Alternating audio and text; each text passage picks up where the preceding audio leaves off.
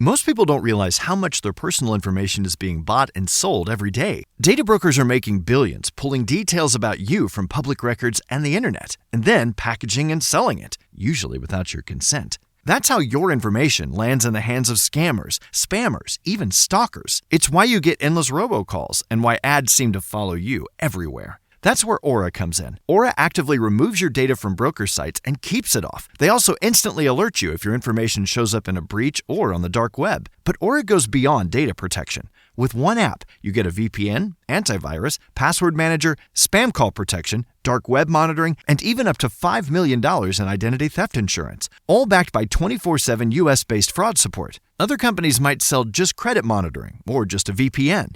Aura gives you all of it, together, at the same price competitors charge for just one service. Start your free trial today at aura.com/remove. Protect yourself now at aura.com/remove.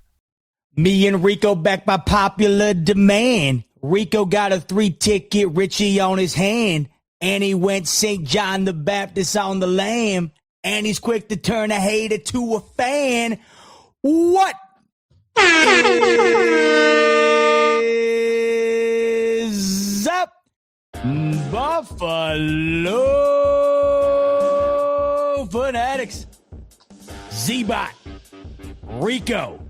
It's Rico and Bot live on the Buffalo Fanatics YouTube channel on a Monday evening in July, less than 2 months away from the first kickoff of the 2026 NFL regular season. It's been a minute, Rico, but it's great to see you. It's great to see everyone piling in and joining us. How are you feeling, brother?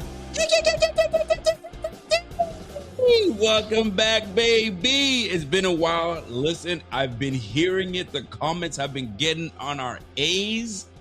Ladies and gentlemen, we are back. That's all that matters. Your favorite duo is on the screen, ready to roll. I get it. You've had to go and watch other podcasts. I know. Your boys are back, man. Your boys are back. How we doing, Bud? How we doing, baby? We're doing great. I hope all of you are doing great as well. Rico, you included. Hope you're doing well. And it's so good to be back on the Buffalo Fanatics YouTube channel. And it's going to be even better to be back with you on a regular basis as the season approaches. What's Big Papa Bill saying? Did you guys win the lottery or something? If we won the lottery, I'll tell you what, Rico and I would be doing this from some mansion somewhere together. Absolutely. We'd be squatted up. Hey, speaking of squatting up and getting together, folks, I don't know if you've heard, but we'll start the show with this. This upcoming weekend, there's a massive event going down in Buffalo. I don't know if you've heard of a little thing called Mafia Con. Rico, have you heard of this thing, Mafia Con? I've heard of it, and it's going to be our first time being invited. Shout out to the OG in the game, Dell, Bills Mafia in the building. He says, hey, man, y'all need to be at Mafia Con. Y'all are an icon out there. People know who you guys are. Would you come out here and hang out with us? And we said we'll be there, but we're not going to be alone. But is there anybody joining us?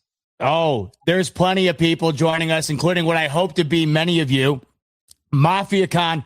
Well, I got something. Whoa. How about that? Something's in your throat. Shaking the rust off. There we go. Shaking the rust off here in July. Speaking of July 18th, this upcoming weekend, Seneca 1, downtown Buffalo, 10:30 a.m. to 5:30 p.m. Mafia Con is back, and your boys will be there. And not only will we be there, we will be doing a live podcast like you're watching in front of you right now on your screen, except you can watch it in person. I'll be there. Rico will be there. And as Rico alluded to, it will not just be us. Your main man, Pierre, the Kingpin, shot time in real time out at Mafia Con. If you want to learn how to do the thigh dance, you will be able to do so in person. Thigh Doc, he'll be there. And we'll also be joined by so many of our closest friends. And that is, of course, all of Bills Mafia. In addition to that, tons of players from the team will be there. Michael Hoyt, Josh Palmer, TJ Parker, among just a few. Plenty of different podcasts. Our friends over at Cover One, over at Shout, over at Trainwreck, over at Overreaction, plus all the super fans you can think of, like Elvis, Pinto Ron, Hannibal Lecter. Rico, it's going to be a hell of a time. We hope you all can join us. It's this upcoming weekend. It's the 18th. You can still get tickets And make sure to do so if you're in the area. We'd love to see you. BuffaloMafiaCon.com. Go over there, get some tickets, come and see us. It's going to be a ball. Rico, I'm stoked. I can't wait to see you, brother. Coming to town this upcoming weekend. I'm telling you, your boy's gonna make it across the border. Listen, I'm headed there. I hope y'all don't give me no problems to make it across the border. Listen, I was just in New York City. For unfortunate reasons, I lost my auntie, so I had to go there. And I'll tell you right now, what a time I had in New Jersey, and not because I had such a great time. Your boy mistyped something on the old computer. I was supposed to land in New Jersey. I landed in New York City, LaGuardia Airport. My rental is in New Jersey. Oh, by the way, it's FIFA. My Uber cost me $173 USD. Oh, by the way, the conversion rate is not on our side. It cost your boy 250 big ones to go from LaGuardia Airport to New Jersey Airport, 2.5 hours in the Uber. My Uber ride had nothing to say. He was just, bro, it was a time. It was a time. But anyway, New York City, I'm coming back. Listen, we're coming back and we're going to do it big in Buffalo. Listen, I'm driving over there. We're going to have a good time. Y'all better make it. P-Money's going to be there. Thigh-Dot's going to be there. My man Z-Bot's going to be there. And that sultry voice, he's going to be all over the mic. You kidding me? Yo, be there. Be there. Be square. It's going to be a good time. I'm stoked. It's always great when the boys can get together. Even better when we can get together with all of Bills Mafia. Imagine Comic-Con, which I've always wanted to go to, by the way. I've never been. That's coming up in San Diego here soon. But it's basically that for our one true love, our passion in life, the Buffalo Bills. So if you can come and join us, that would be great. I'm seeing a big announcement here, Rico, in the chat. As you know, Rico, girl dad, your boy, girl dad. Looks like Cody Benz joining the club, Rico. Cody saying baby girl due Saturday. Incredible. Cody, congratulations, my friend. Nothing better. Nothing better. That's going to be a magical moment. Congrats. Big congrats. Listen, don't be afraid to give her a nickname. These days, you know what I'm saying? Girls are getting boy names. Boys are getting girl names. It's all over the place. Yo, baby girl has a middle name. Call her Rico. That's it. That's it, man. Rico and maybe like a Zico, a little bit of Rico and Bot at the same time. Though, listen, you got yourselves a little nickname that you can give baby girl. So we appreciate it. By the way, we're celebrating. I just celebrated my 17th year anniversary with the wifey. Saw that. Boy. Listen, we getting older. You know what I'm saying? But we still together. You know what I'm saying? Zoe's getting older. Listen, we're all getting older. But you know what's not getting older?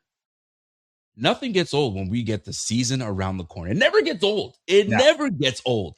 Buffalo Bills football is around the corner. We're in the month of July. You guys know it. There's that 6-week period that we are currently in where it's like, bro, if it's not for the World Cup that I'm absolutely paying close attention to, if y'all didn't know, I'm a big football guy. You know what I'm saying? I love it.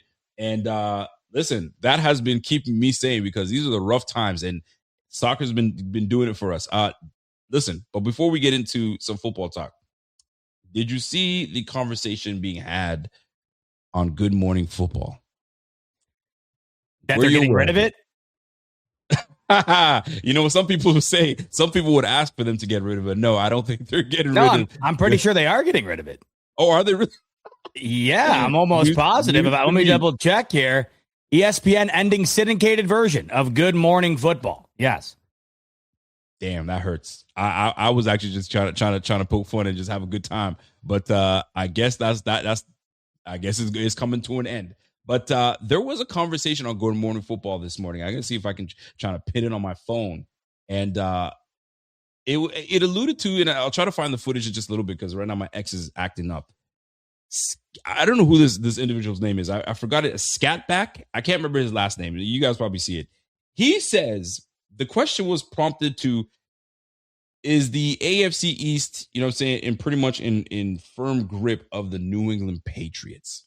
And this individual comes on and says, yes, the Patriots are back. And this guy was saying the reason they're back is because they found the formula to win. They found their coaching. They have little things to work on, and the very little things to work on are very easy things to work on. They're about to repeat and make that thing happen again. Then they're asking him, what about Buffalo? He says, Buffalo is chasing ghosts. Buffalo is chasing ghosts, he said. Not only did he say we're chasing ghosts, he says we're cooked. We're done. We don't know what we're doing. We don't know what to fix. And we're pretty much essentially saying, Patriots, y'all got this. It's time. Your run is back up there, and we're about to sit down. My question to you, are the Bills really going to relinquish being the top dog in the AFC East for a second year in a row? Do you truly believe that the Patriots are that team? Get me your thoughts, please, and thank you. Is this why they're ending the show? Because of stuff like this? Was this the final nail in the coffin? Because I think that might be a good explanation as to why that news came across my desk today, that Good Morning Football is no longer. I think that's always been a great show. It's fun, lighthearted. Maybe a little too lighthearted, though, if we got guys coming on saying stuff like this. In no world do I think you could make a take like that with any relative confidence right now. I just don't understand what you're backing that up with. Of course, you have a great year last year, but that needs to be replicated. I know the Bills haven't made a Super Bowl nor won one, and I know New England made one, and kudos to them. They did what the Bills could not do, and I mean that is commendable. Obviously, I mean I am very much I respect it, right? What they were able to do last year, despite the path they had in order to do it. You know, the Bills have had paths as well, and they haven't been able to take advantage of it. With that said, though, the Bills have been the model of consistency. I know that hasn't really panned out the way we've wanted it to, but they have been consistently one of the best teams in the league each and every year. They won the division for a half decade before last year. And I think when we're looking at New England, this is a team, despite making the Super Bowl a year ago, it's still a team that in many people's eyes, including mine, have a lot to prove. Has it gotten completely brushed under the rug, the offseason that the Patriots have had, the tumultuous offseason that they've had in their own locker room? What's that going to look like? The schedule this upcoming season, much more difficult than it was last year. Plus, the book's out on New England. They're no longer the team that you're looking at saying, oh, like they're the team you're looking at and say, oh, they're coming to town now. You're your AFC champion last year, right? AFC East champion, make the Super Bowl. No one's overlooking New England this year. Until I'm proven wrong, it will be one of the two teams in Buffalo or New England for the foreseeable future. And when I say that, I mean the next decade. It really feels that way. And I do think New England is going to be ultra competitive with Buffalo for that division. But for that reason, to say that any one team has it locked up is wild. I do think these two teams are going to be breathing down each other's necks for the next several years. It could go New England's way. It could go Buffalo's way. But to say that it's going to be guaranteed to go one way or the other, I'm not buying it right now. And if I had to put my money on it, Rico, I don't think I'd put my money on New England repeating what they did last year, because what they did last year is going to be really hard to replicate. You're not wrong with that. And I've got my thoughts on this. And I just want to kind of give reference to what we're talking about here. So the question was, will the Bills take back the AFC East? And you know what? We're not here to poo-poo on the Patriots. The Patriots got a well-deserved opportunity to showcase their skill set. They made a huge run, almost won the whole thing, and you got to do it again.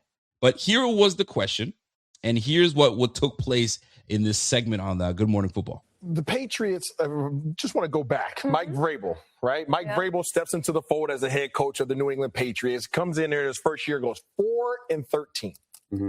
4-13, right? And then all of a sudden. No, not right. Because Mike Vrabel wasn't there last year. Incorrect. So yes. There's a red flag number one. Look at him, right? And everybody's like, no, that's what you should have checked his behind right then and there. And then argument done. But no, he keeps going. Going. He lined up. He fresh. He feeling good. No tie. He's looking good. I'm getting that. Yeah. He's relaxed. All right, let's go. Turns this thing around and goes 14-3. 14-3, go straight to the Super Bowl. They know exactly what their identity is. They know what their culture is. They know that they have a heck of a young quarterback in Drake May. They have all the surrounding pieces. They have a solid defense. They have an offense that they're continually getting better with. They know where they can improve at. Their offensive line, their young offensive line is where they can improve. However, the question is, the Bills, can they overcome, or what do they have to do to overcome? The Bills are chasing a ghost. Chasing ghosts? Please explain. Yeah, the Bills don't know what's wrong with their organization. They're trying to make changes to fix a problem that they can't put their finger on, right? Versus the New England Patriots, they fixed their problem, right? They changed their head coach, right? They have their quarterback. They have gotten to the game. All right, pause it right there, because that's an interesting situation. The Bills have their quarterback. and they feel confident in having their head coach, I think, right? And the difference between Joe Brady's tenure in Buffalo as head coach and Mike Vrabel's tenure as head coach in New England is 1 year. There's a 1 year difference. It's some sort of massive gap. Talking about the Bills need to overcome. How do you need to? They do need to overcome. The Bills need to overcome. They don't need to overcome the New England Patriots. Correct. If the Bills are losing to New England like they're losing to the Kansas City Chiefs for the next several years, then you can say, yeah, the Bills need to overcome the Patriots. This idea that the Bills have to overcome the Patriots, they split the series with them last year. And, I think many people thought the Bills should have taken that first game. They really blew it. Now, of course, I know New England blew that second game. They had a massive lead and completely relinquished it. But this notion here that the Bills are in the shadow of New England right now, I don't think anybody who watches the league would be in alignment with that unless you're just a complete biased Patriot fan. Absolutely. Let's keep it rolling. They just have to finish it now. So what they have to make small, minute changes at areas that they already know how to address versus a team and an organization that literally doesn't know what's wrong. All the right. Patriots. Listen, I get it. You gotta have some spicy takes to keep these things rolling. Maybe this is why some folks are saying that this program is going down the toilet. So let's talk about this. The only thing the Bills have to overcome is themselves. We keep doing it to ourselves. That's the problem. It wasn't because the Patriots got in the way. Did you see the cupcake schedule the Patriots had? Give me a break. Now, I respect the Patriots. I respect what Drake May's been able to do. I respect the hell out of Mike Vrabel. I think he's a damn good head coach. You know what really does help? When you got money in the bank. When you have money in the bank, you can go and buy the players that you need to rebuild your program. They rebuilt. They did a really good job. They found themselves their quarterback. Kudos to the freaking Patriots.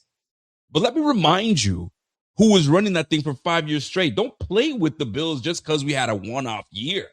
Here's what needs to happen with these Patriots. Y'all got to do it again. Now we're watching. The jig is up. Shout out to my man Jigga. The jig is up. Shout out to my guy Drake. You guys know what it is. Here's the point I'm trying to make here. The Bengals looked like a promising squad. They went to the Super Bowl. They didn't succeed. Have they been back since? Not even close. All they've dealt with are injuries. All they've dealt with are just problems. And they have an expensive payroll. They got two of the best receivers in the game. They haven't been able to succeed and duplicate what they've done by going to the Super Bowl. You got to do it again. So kudos to the Patriots. But to say that, can the Bills take it back? Yes, we're going to take it back.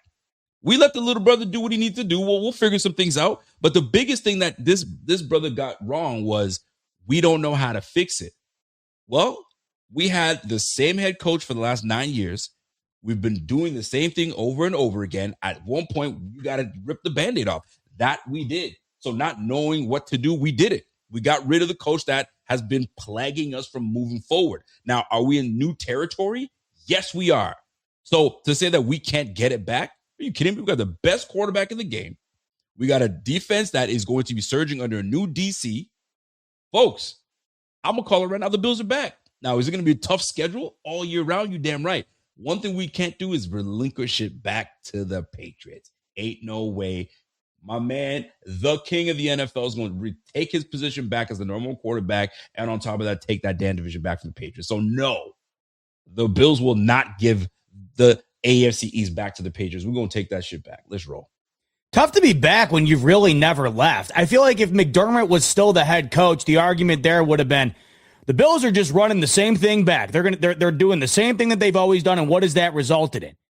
They're now criticizing Buffalo for making changes that many people thought were necessary. There was a large portion of people that thought the Bills had done the most they could possibly do with Sean McDermott. That's why the move was made. So if you don't make a move, I feel like the argument there, if you're talking about the Patriots owning this division, I feel like the argument is, well, the Bills haven't made the necessary changes. So why should we expect there to be anything different, right?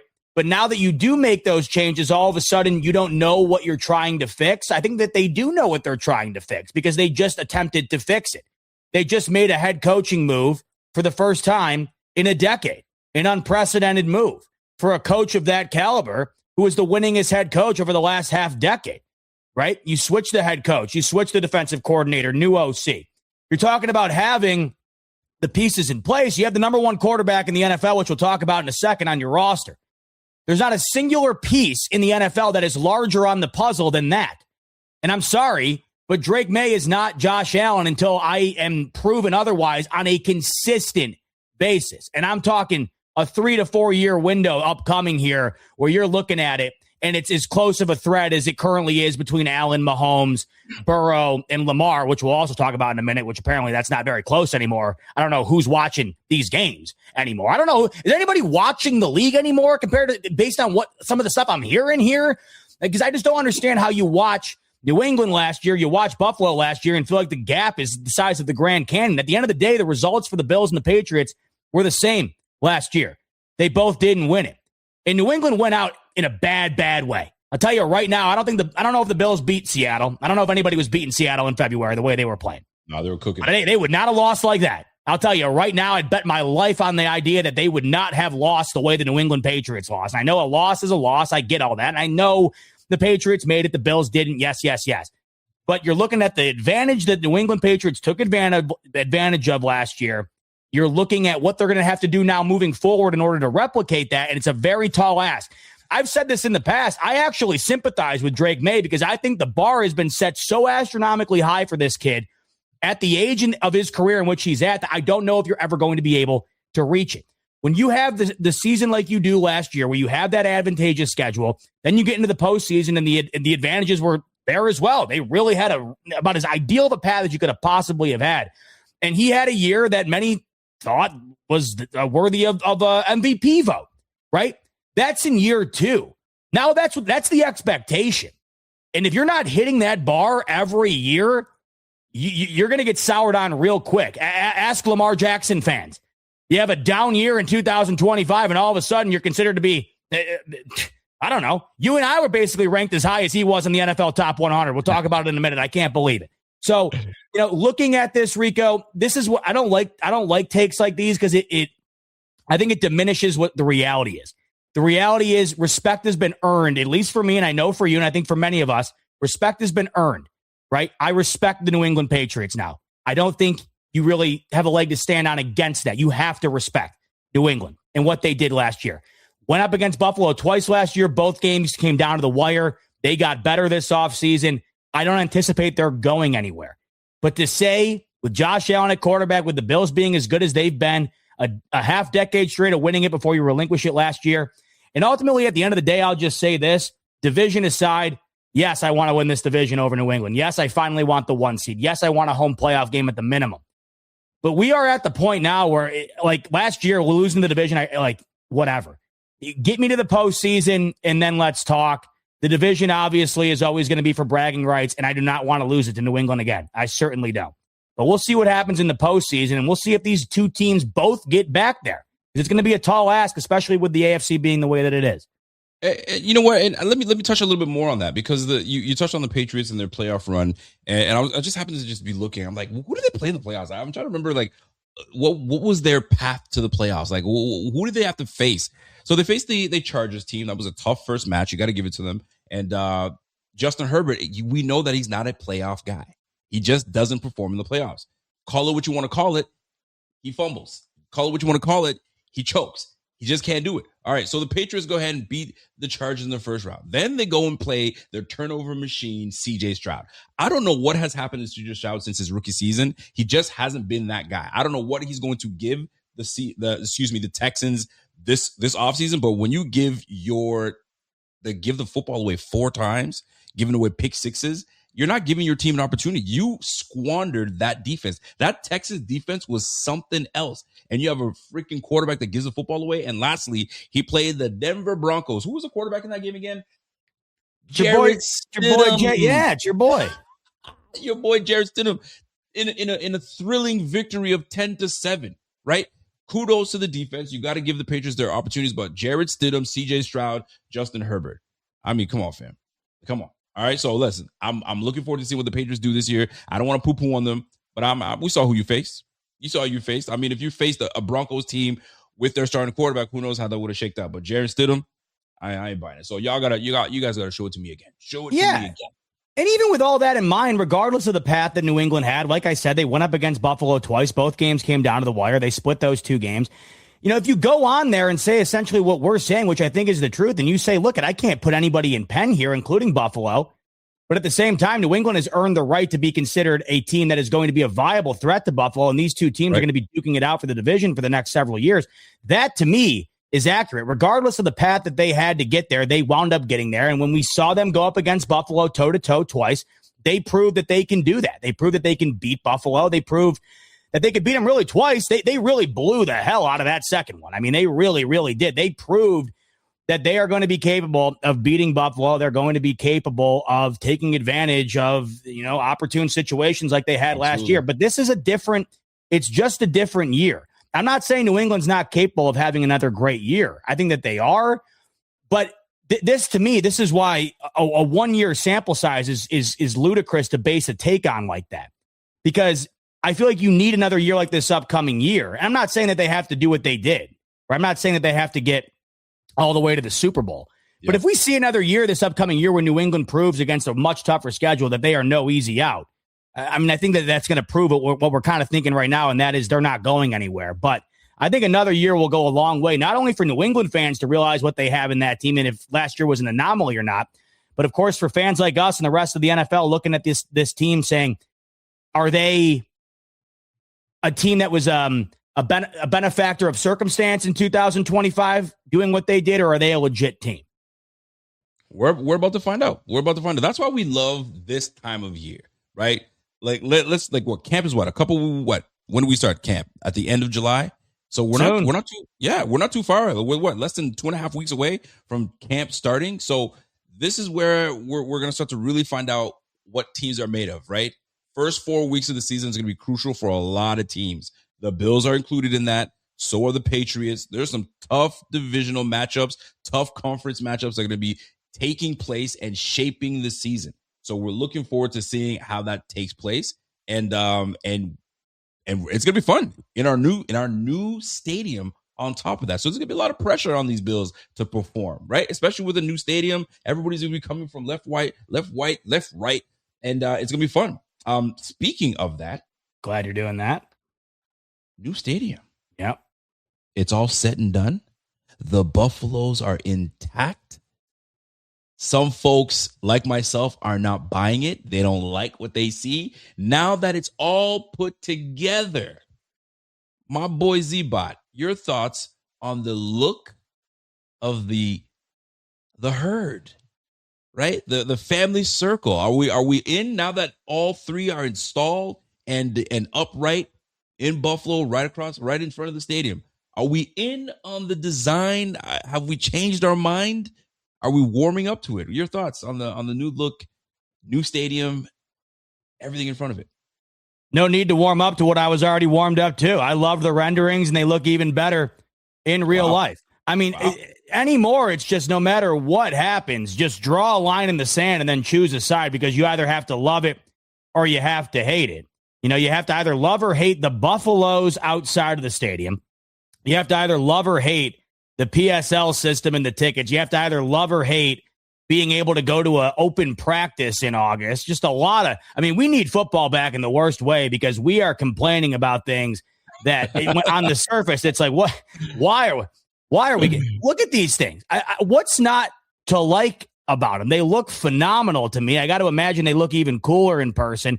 The thing that ties it all together is that swoosh going down the middle to replicate the Bills logo. I love it. I can't wait to see these things lit up at night when they have that ambient blue and red lighting that we've seen in the renderings.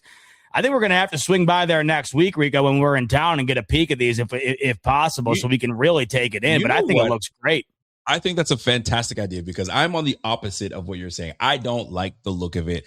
First glance, what I'm looking at it is just, I think we had much more. I would have loved the metallic look. I guess they're going for the new modern look. I would have loved a rugged looking, huge Buffalo, just mean looking.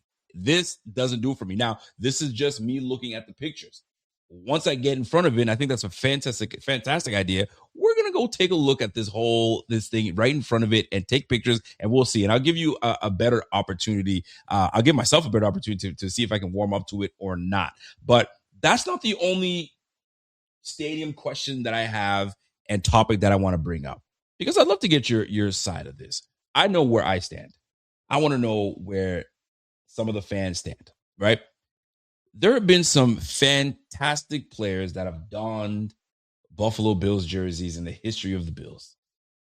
And how do you forget some of the memorable players, right? Your Jim Kelly's and your Andre Reed's and you go down the list and you have it. You're going into a new stadium. You kind of want to, give fans history of where these Bills have been, right? What players really propped up the Bills. Well, there's one name that will not be donning anywhere near the stadium. There will not be this person's name in the new stadium. And that name goes by the name of O.J. Simpson, a.k.a. I think his name is Orenthal Simpson, Orenthal James Simpson. Sir, are you on board with them not bringing his name to the new stadium? Stuff like this does not bother me. I mean, once again, this is an off-season take where once again, like I mentioned, you draw a line in the sand, and it feels like you have to be staunchly on one side or the other. In my opinion, this was never going to happen. They were never going to put his name back up there. I think it would have drawn more attention if you were to have taken it down in the old stadium because it was already there, right? So that would have been a story. But now you have a blank slate, right? And I think this was going to be a story either way. You got to think about it like this. If they put the name in there would have been half the people that would have been outraged, would have hated it, would have went nuts. If you don't put the name in there, as you're seeing right now, same thing. Tons of people saying you have to honor history, regardless of what happened off the field. You have to be able to honor the player that was in Buffalo. To me, this will be completely forgotten about in no time. Once again, I think it already probably has been to some degree. This was a topic in the middle of the summer where you're like, oh my God, we got to get outraged about this. I think from the Bills' perspective, they were never going to entertain putting his name back up there just because I think it would have been a story had they have done that.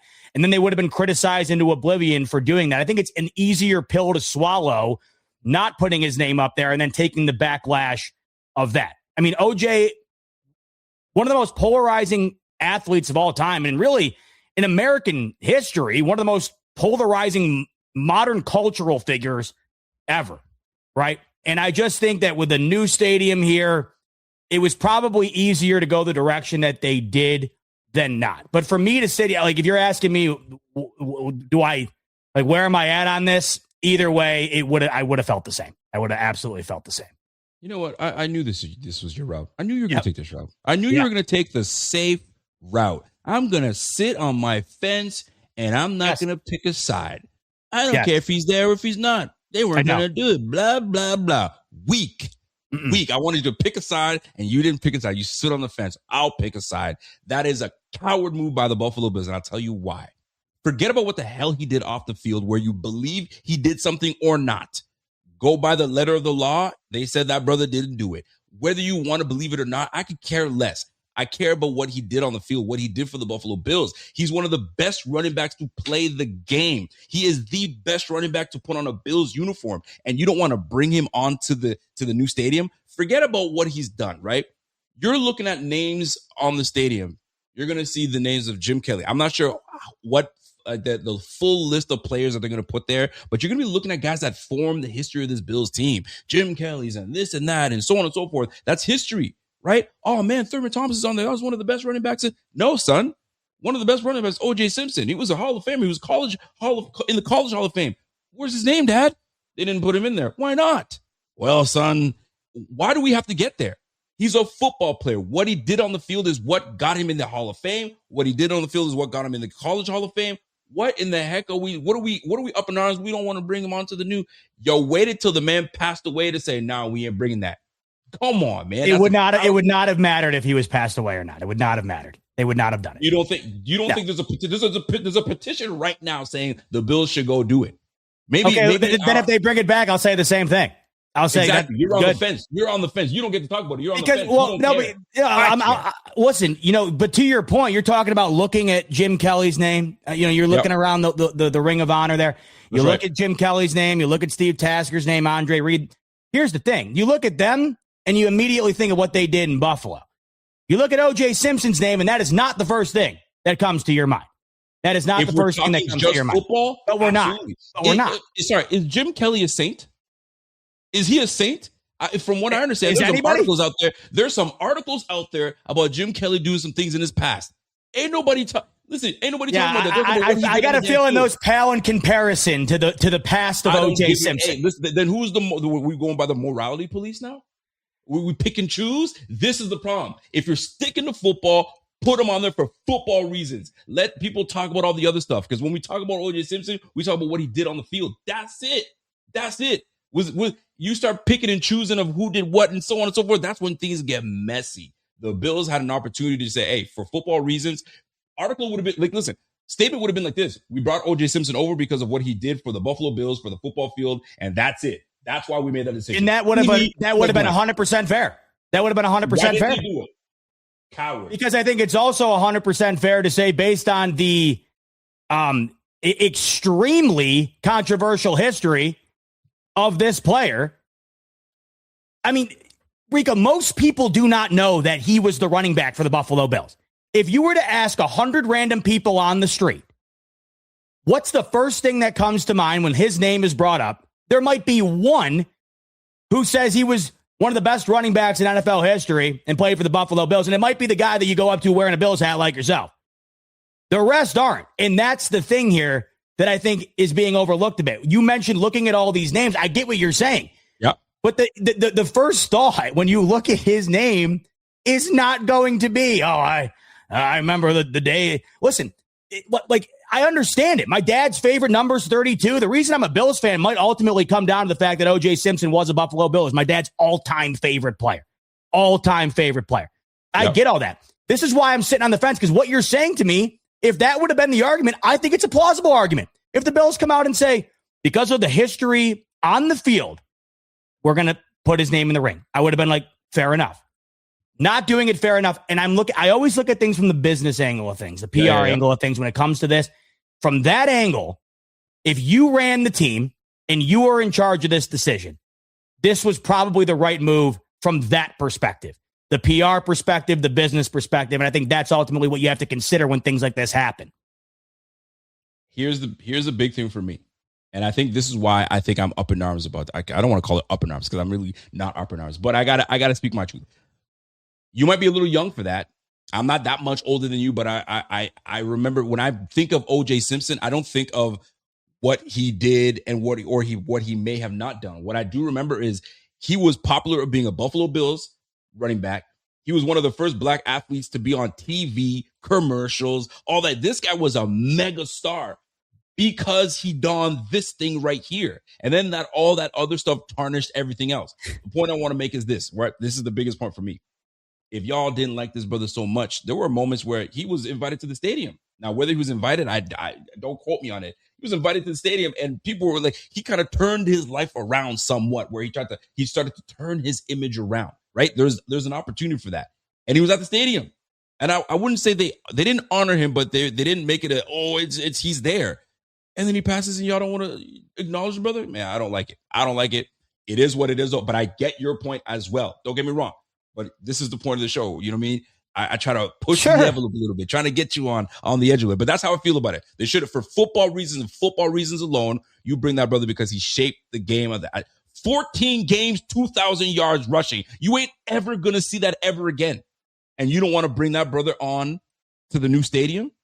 It's an unbelievable feat. Give me a freaking break. There's no question about it.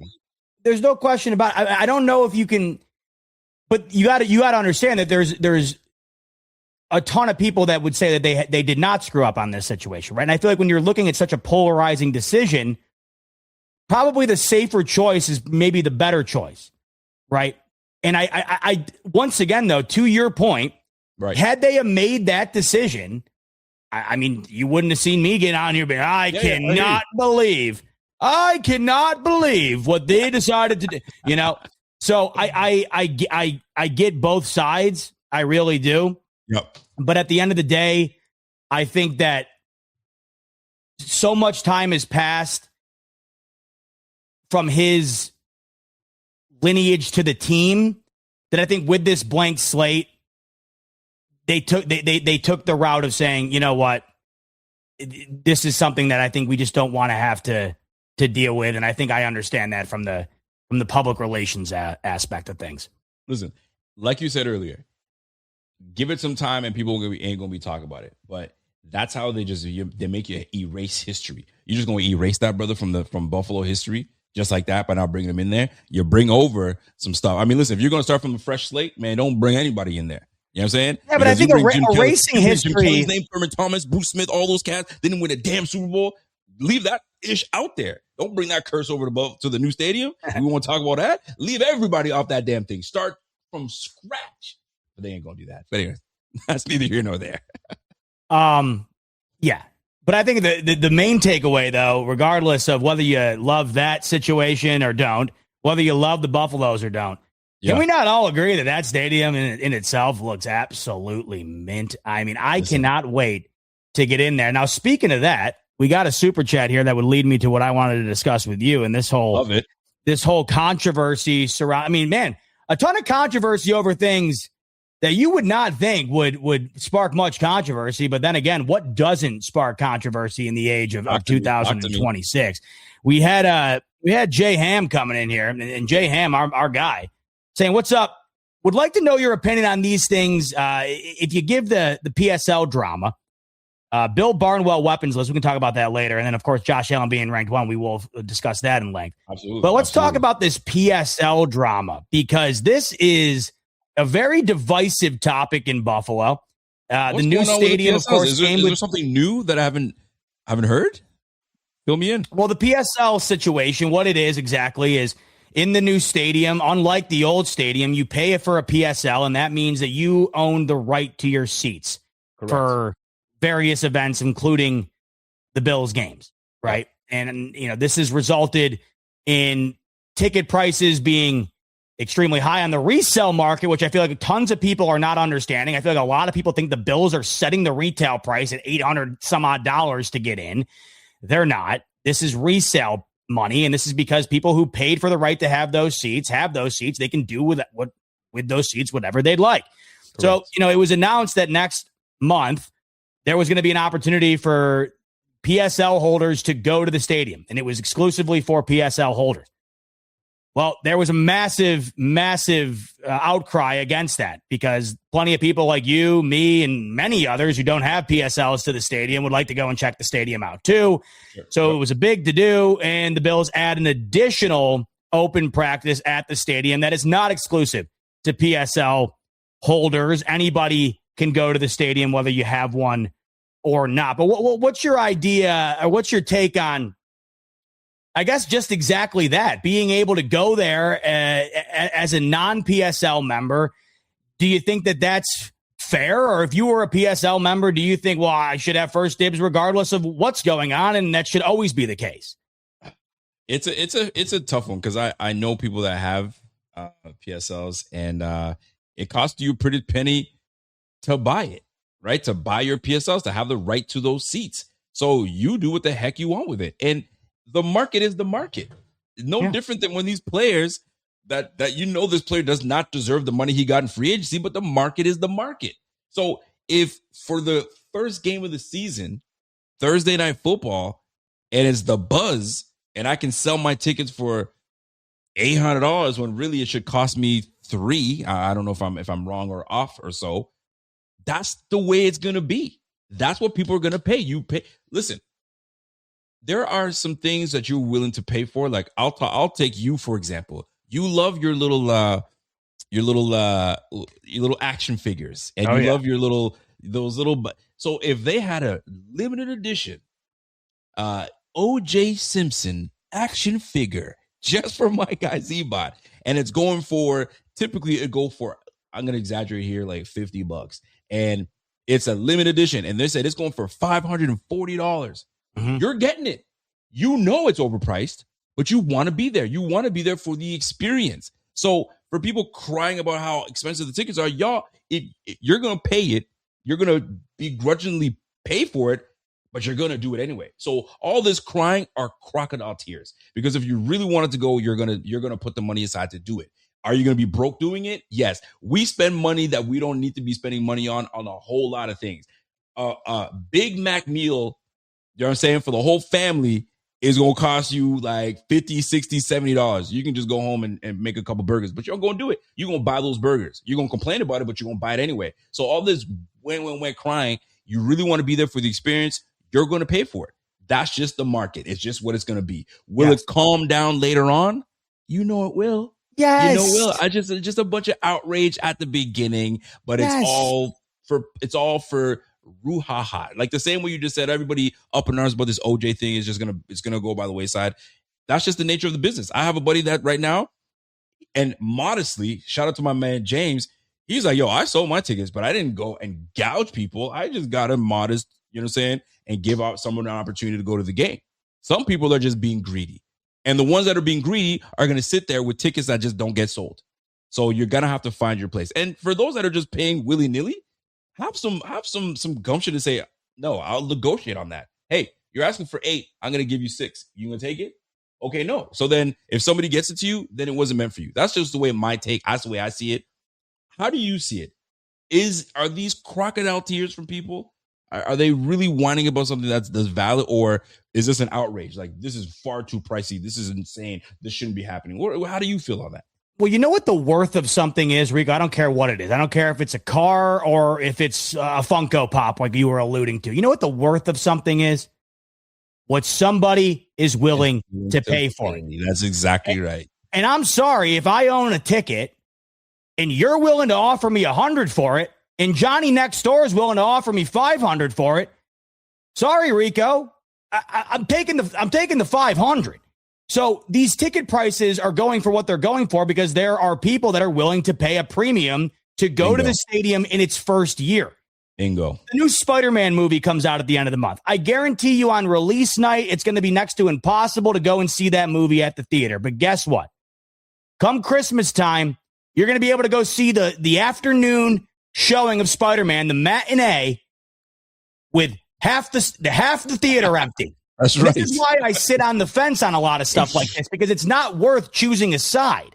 It really doesn't add up, because the hype is obviously what it is right now because it's warranted.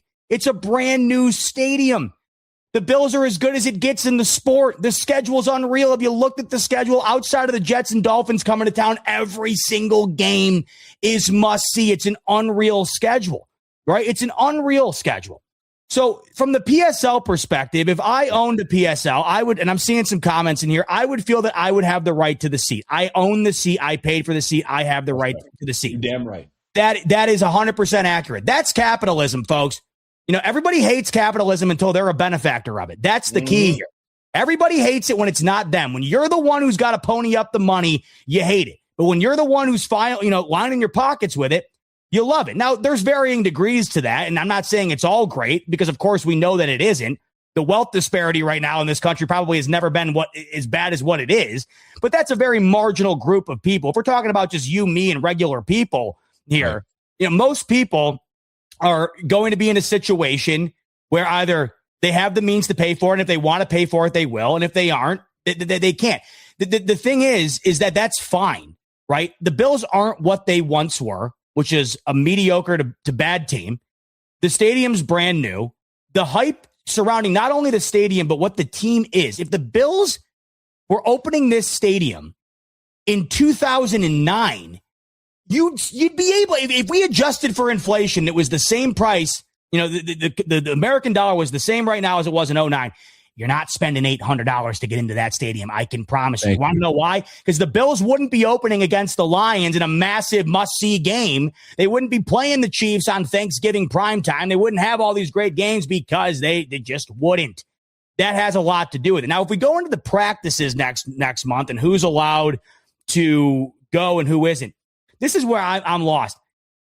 This is where if I own the PSL, you got to stop gatekeeping a little bit. You were given first access to that initial practice. That's how it should be. I think people that were getting upset at that, I think that's ridiculous. These people paid a premium. Everybody had an opportunity to at least try and pay that premium. There was a limited amount of them. And not everybody was able to get them that wanted them. But that's the thing. Once again, it's capitalism. High demand, it's going to be a high price. It's going to be tough to get. The people that did end up getting it and were able to pay for it, did end up paying for it, they deserve the right to it. I mean, if I buy a car today and all of a sudden somebody wants to drive it before me, I have the right to drive the car. I own the car, right? Bingo. But here's the thing. They added another practice, and there was a subsection of people that were mad that they added another practice for people to be able to go to, and that's where you're losing me. You can't gatekeep the whole thing. Everybody deserves a crack to go in there. If they were to have opened the stadium up to the public initially with no PSL rights in going, and my seat that I own was given to some random person and I didn't have first dibs on it, every right to be upset about that.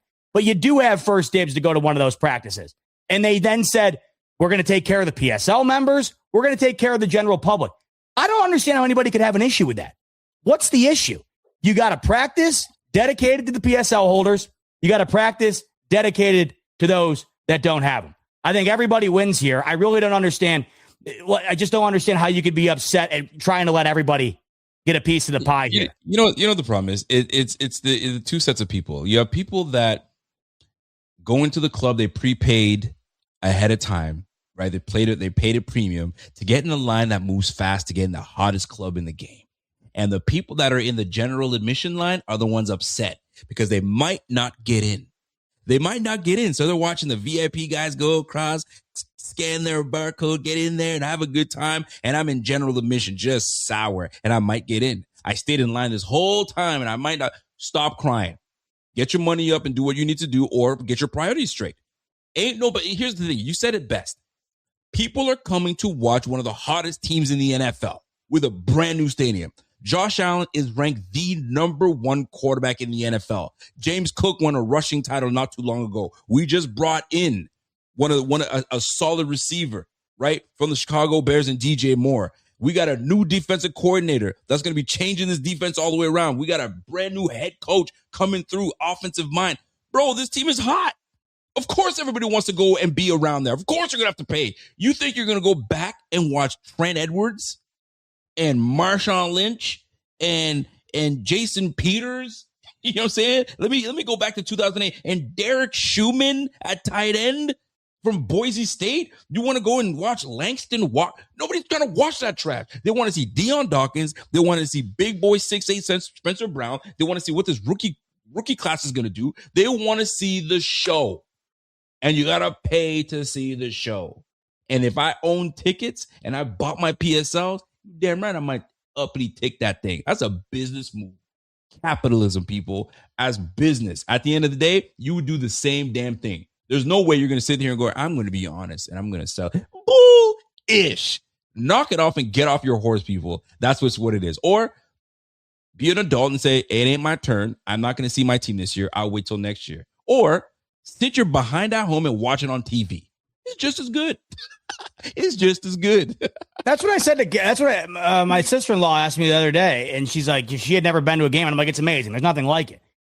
But I said, man, the product on TV is hard to beat. I mean, when you go to a game, there's a lot of factors you got to consider.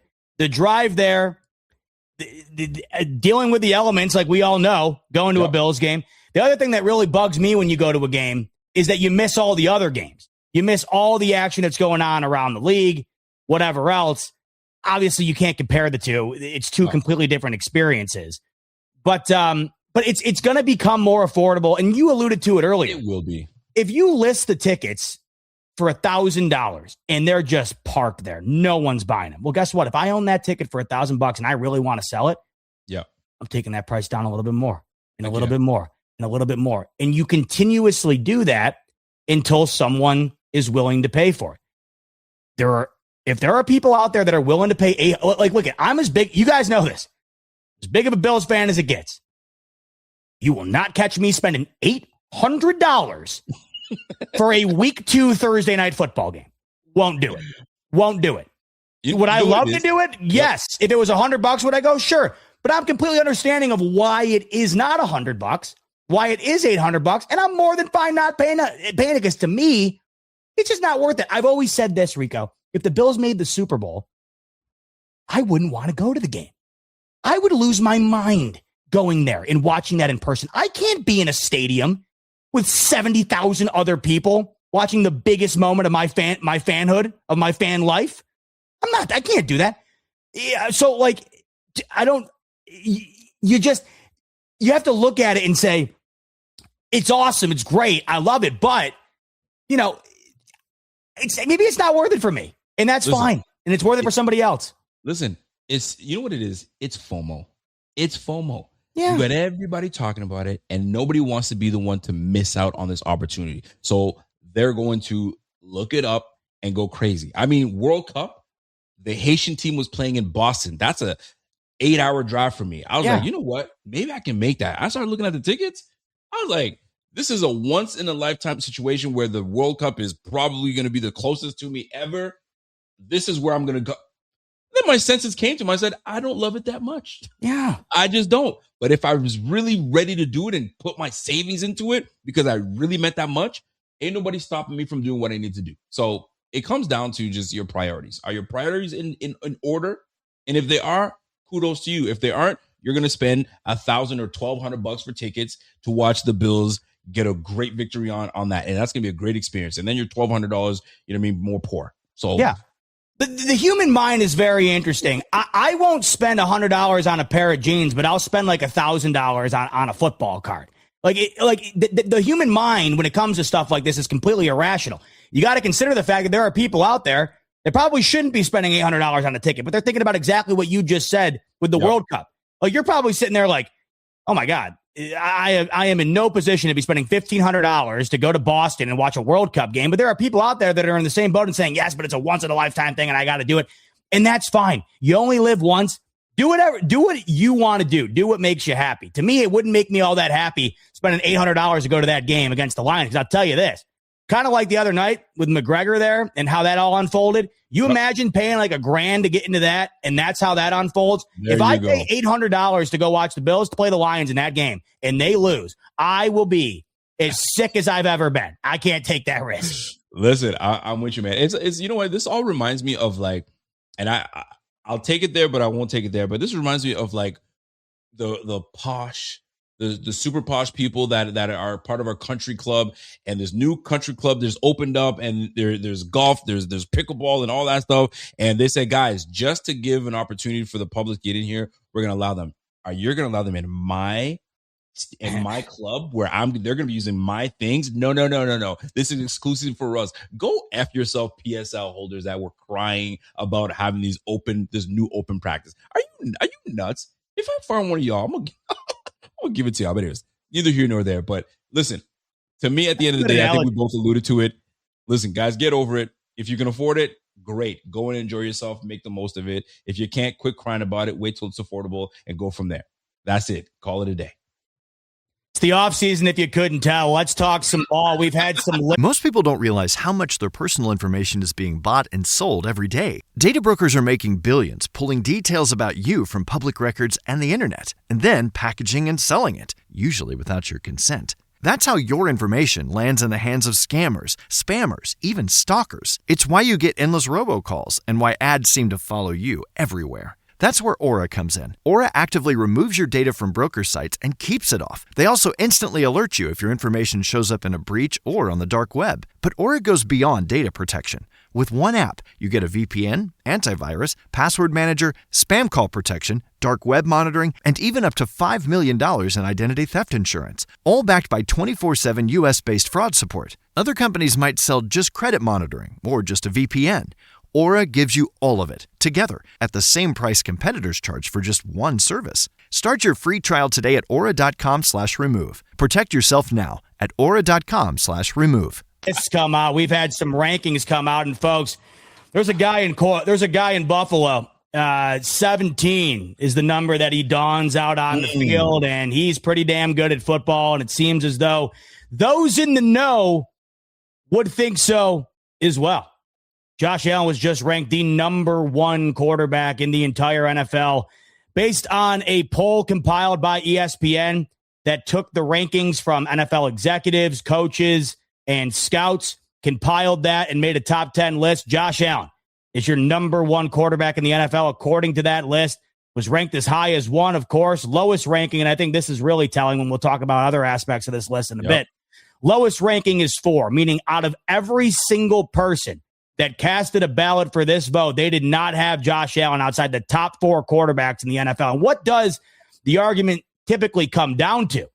The top 4. It seems to be an interchanging argument between Josh Allen, Lamar Jackson, Patrick Mahomes, and Joe Burrow. Nobody is excluding Josh Allen outside of that list. The names I just mentioned were all excluded outside of that list, I believe. I know it for a fact. Mahomes and Lamar Jackson was. We'll talk about that in a second here. But absolutely, Josh Allen, the consensus, based on the overall ranking, the number 1 quarterback in the NFL. And this should not come to a shock for anybody. And I think that those who are continuously digging their toes in the sand on the hatred of Josh Allen because of the lack of hardware, I just think that at this point, you're telling on yourself, because it's gotten to a point now where I feel like, based on the consistency, Allen doesn't have as many MVPs as Lamar, hasn't made a Super Bowl like Burrow, hasn't won a Super Bowl like Patrick Mahomes, multiple, right? Right. But has there been anybody who's been more consistently great than Josh Allen? And has there been anybody that's been more important to their football team over that time span than Josh Allen? We're talking about a freak of nature, a guy that is truly one of one, a once-in-a-generation type talent that I think will go down as the greatest dual threat to ever play the game until somebody comes and takes that baton from him. But you're looking at this, Rico, Josh Allen at number 1. Take your Bills bias aside, and is Josh Allen the number 1 quarterback? And is this list accurate? This list is absolutely accurate. If the NFL execs and the top dogs that know this game bill him as the number 1, his lowest rating is number 4, he does it all. We're watching. We sometimes people talk about generational talent, and to me, I think Josh is a generational talent. 6'5", 240, can throw the football, can run. He's not one of those guys that's going to hit head out of bounds and say sayonara. He will run through you, run around you, jump over you. He does it all. Oh, and let me say this. He's a nice guy. He's a nice guy, right? He's all over the commercials. He's marketable. He's one of those guys that he's just that dude. He is that dude. And he's finally made up to his billing of being the number 1 guy in the game. What just precedes him is getting that dang Super Bowl.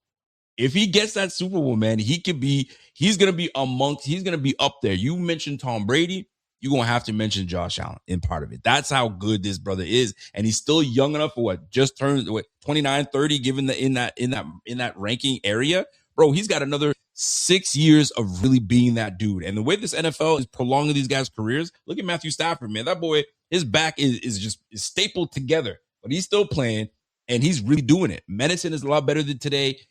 We just got to get that brother 1 in this jersey. He's got to be wearing this jersey. I can't see him in any other jersey. That's what it is. But he's the top guy in the game.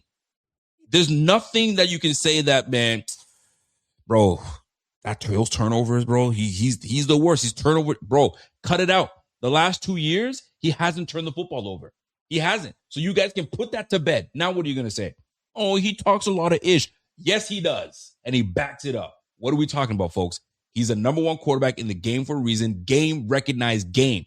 So now all that needs to happen is he needs to add that Super Bowl trophy to the mantle alongside his MVP. And now we're talking. So yes, does he deserve to be number 1? You're damn right.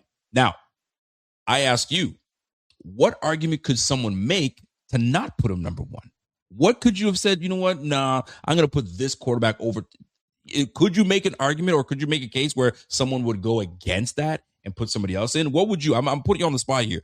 Yeah. How would you not put Josh Allen on the list? Oh, of course you could make an argument. And this is why I think this is so impressive. But I also think this is why, as a football fan, not a Bills fan, but a football fan, what a time to be a fan. And I think one of the luckier aspects of being a diehard NFL fan is what the quarterback position has been, at least for me, throughout my entire life. The transition of the core crop of quarterbacks, the top talents, there has not been a lull. You go back to when I was born in the 90s, right? and you had your all-timers, your Jim Kellys, your Troy Aikmans, your Dan Marinos, your John Elways. Then you get into the 2000s, and you got your Favres, and you got your Bradys, and you got your Mannings. Then you transition Drew Brees, Ben Roethlisberger, Aaron Rodgers, Andrew Luck for a period of time. There has never been a gap. And I know a lot of people are concerned that like when LeBron James and Steph Curry hang it up, is there going to be a gap? Is there going to be this period where there isn't this face of the league? You could argue there's like 5 faces of the league right now, and they're all interchangeable. You could easily make an argument that Josh Allen is not the number one quarterback. The easiest argument to make is the argument that everybody makes, and it's the argument as to why Patrick Mahomes has an argument in being maybe the greatest quarterback of all time. He's got the hardware for it, and in the positions in which he was put in to win that hardware, he stepped up big time. And in the 2 games that they lost, I know that he could have played better, in particular against the Philadelphia Eagles, but so could have his whole team.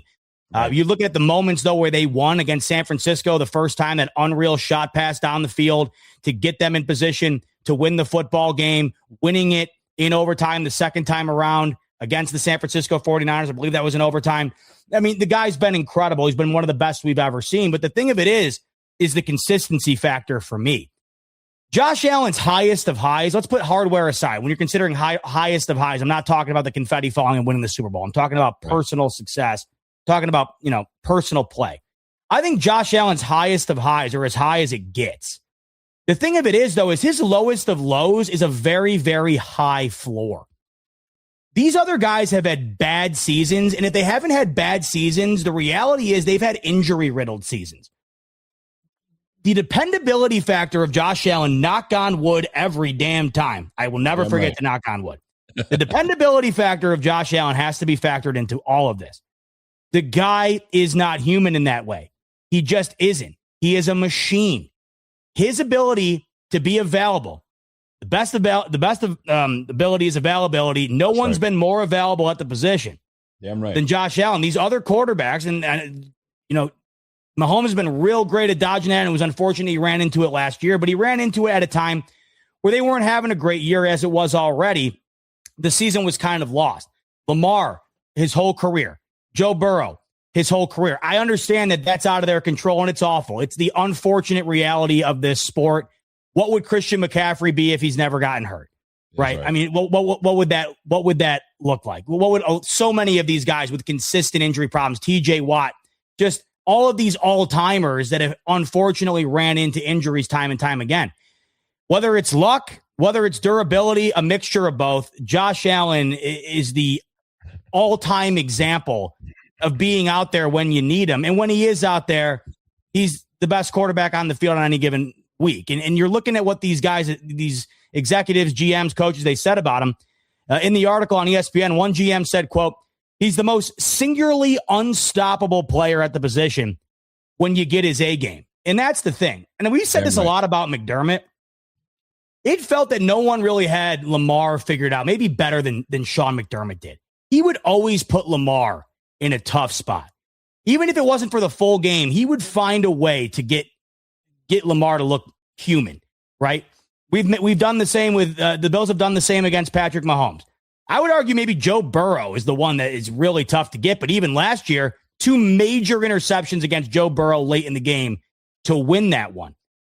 Josh Allen, to me, it still feels like no one's figured him out except the Houston Texans. I mean, they need to beat him week 1. They're the only team it just feels like they cannot get it right against, but that is the league's best defense. That defense is ridiculous.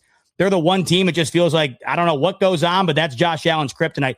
Josh Allen is just one of those guys, Rico, where you don't have a game plan for him. All you can do is hope to go out and outplay him. I mean, even when you do have a game plan, he and the team turned it over 5 times against Denver, and they're a bad call at the end away from winning that divisional game and going on. I mean, what other quarterback, what other team is turning it over 5 times and they're in that position? Josh Allen, I'll end it with this, Rico. If you're still in the camp of not understanding why he's number 1, and if you're still in the camp of hating on the guy, I feel sorry for you, not from the Bills side of things, but from the fan side of things. How can you hate on what you're watching? All-time stuff. It's like with Mahomes. Do I hate what he's done to Buffalo? Of course. Do I sit back and marvel at watching the guy? You're damn right. Damn right, I do. How could you not? How could you not? Here's a question for you. If you watch a little NBA, if I were to ask you, who is the face of the NBA right now? Give me two faces of the NBA. I'm not just gonna say one. Just give me two in your estimation. I think Wembanyama.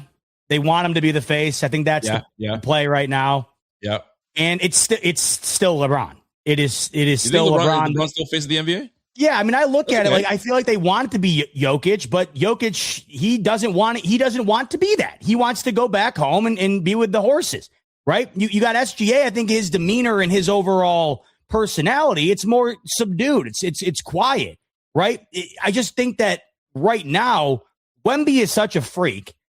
We've never seen anything like it. They want him to be that, especially with how young he is. But once LeBron retires, the thing is, like, this is what I go back to answer your question, really. When Brady retired, and he was the Rodgers will be the last real bastion here of that era.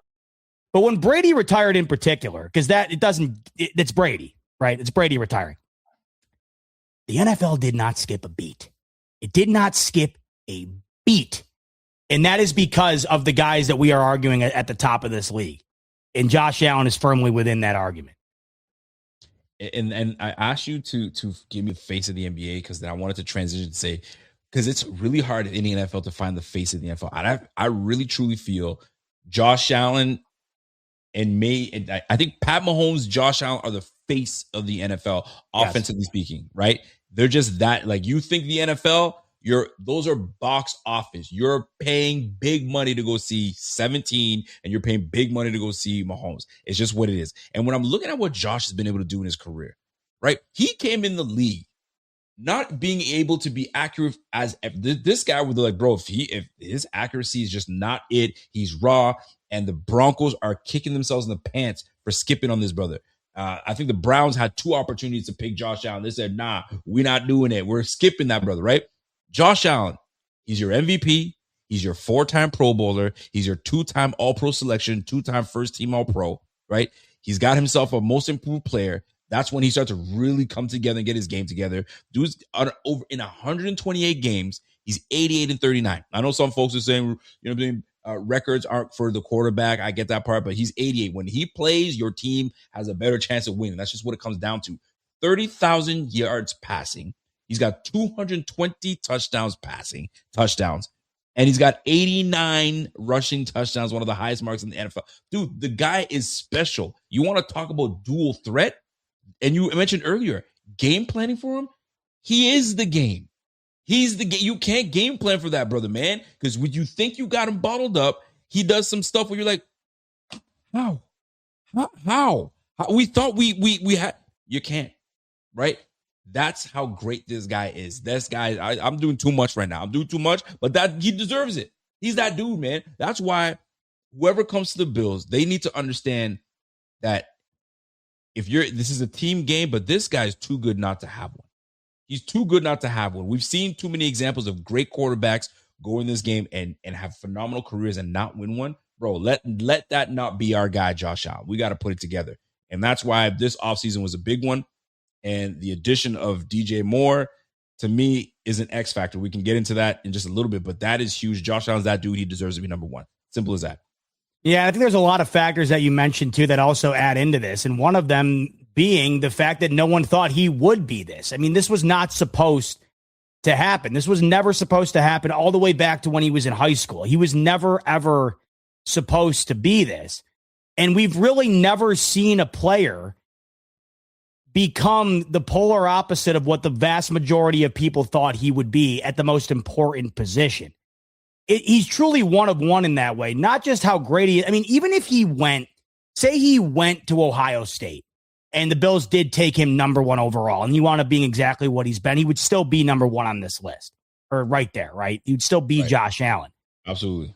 But when you also consider what he did and what he was expected to do and what he was expected to be, and when you also consider that the Bills were the team picking him, you really, Rico, it feels like you would have had a better chance of getting struck by lightning while having the winning lottery ticket in your hand, right? And this is what he's become. And I don't think that's lost on a lot of people here. I think that they are understanding of not only how great Josh Allen is, but really how much of an anomaly he is when it comes to him becoming as great as he is.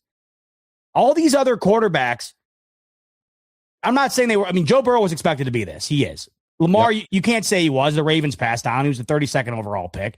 Right. You know, Mahomes is at Texas Tech. It wasn't like he was coming out as Andrew Luck or Trevor Lawrence or Peyton Manning. I get that. But there was still expectation there. Baker comes out of Oklahoma, Heisman Trophy winner. This is a completely different circumstance, and one that I mean, it's going to be a long time until we see this again. It's going to be a long time until we see this again. I'm not saying it's as unbelievable as the Tom Brady arc, but this is about as unbelievable as it gets in sports, reaching the ultimate pinnacle of the position when you were really never expected to be more than maybe a mediocre quarterback at best. It's quite amazing, man. So, and we're lucky to be in a position to watch this, because I'll tell you right now, man, I know I don't want to speak on it, but it's inevitable. There's going to come a time where he has to hang up the old cleats, and then we got to start this thing all over again with a new bro. So for the time being, enjoy the freaking ride with this guy, because he's that dude. He's simply that dude, man. We're thrilled to have this guy as our quarterback.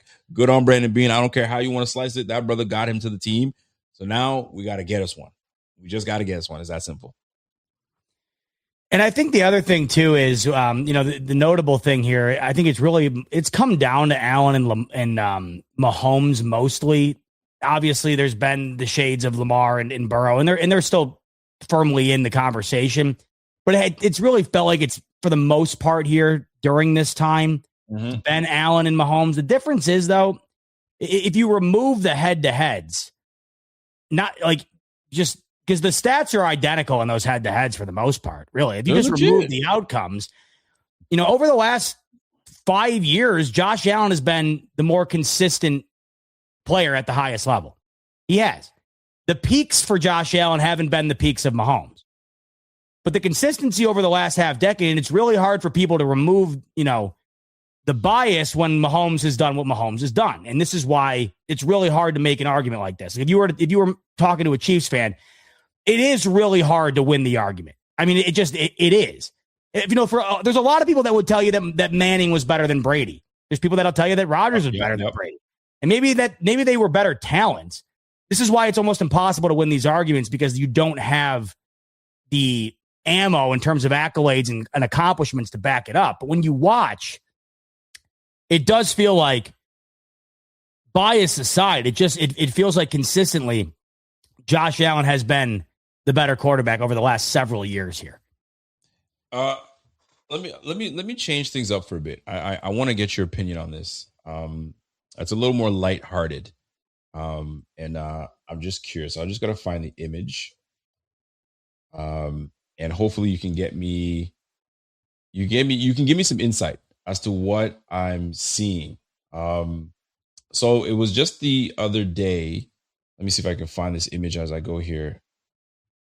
Let's see. Just the other day, there was something that caught my eye. I think it caught everybody's eye. And you play golf. I think are you a golfer? Would you say you're a golfer? No, I am the worst golfer on the planet. I've probably played 5 times. Really? Yes. I enjoy the game. And there's footage going around that I think it's necessary, because I've seen you play golf. I haven't seen you play golf yet. But this footage here, I don't know what it is about people saying the guy in pink, they would die to be the guy in pink. Care to expound on that? Care to explain what's the fascination here?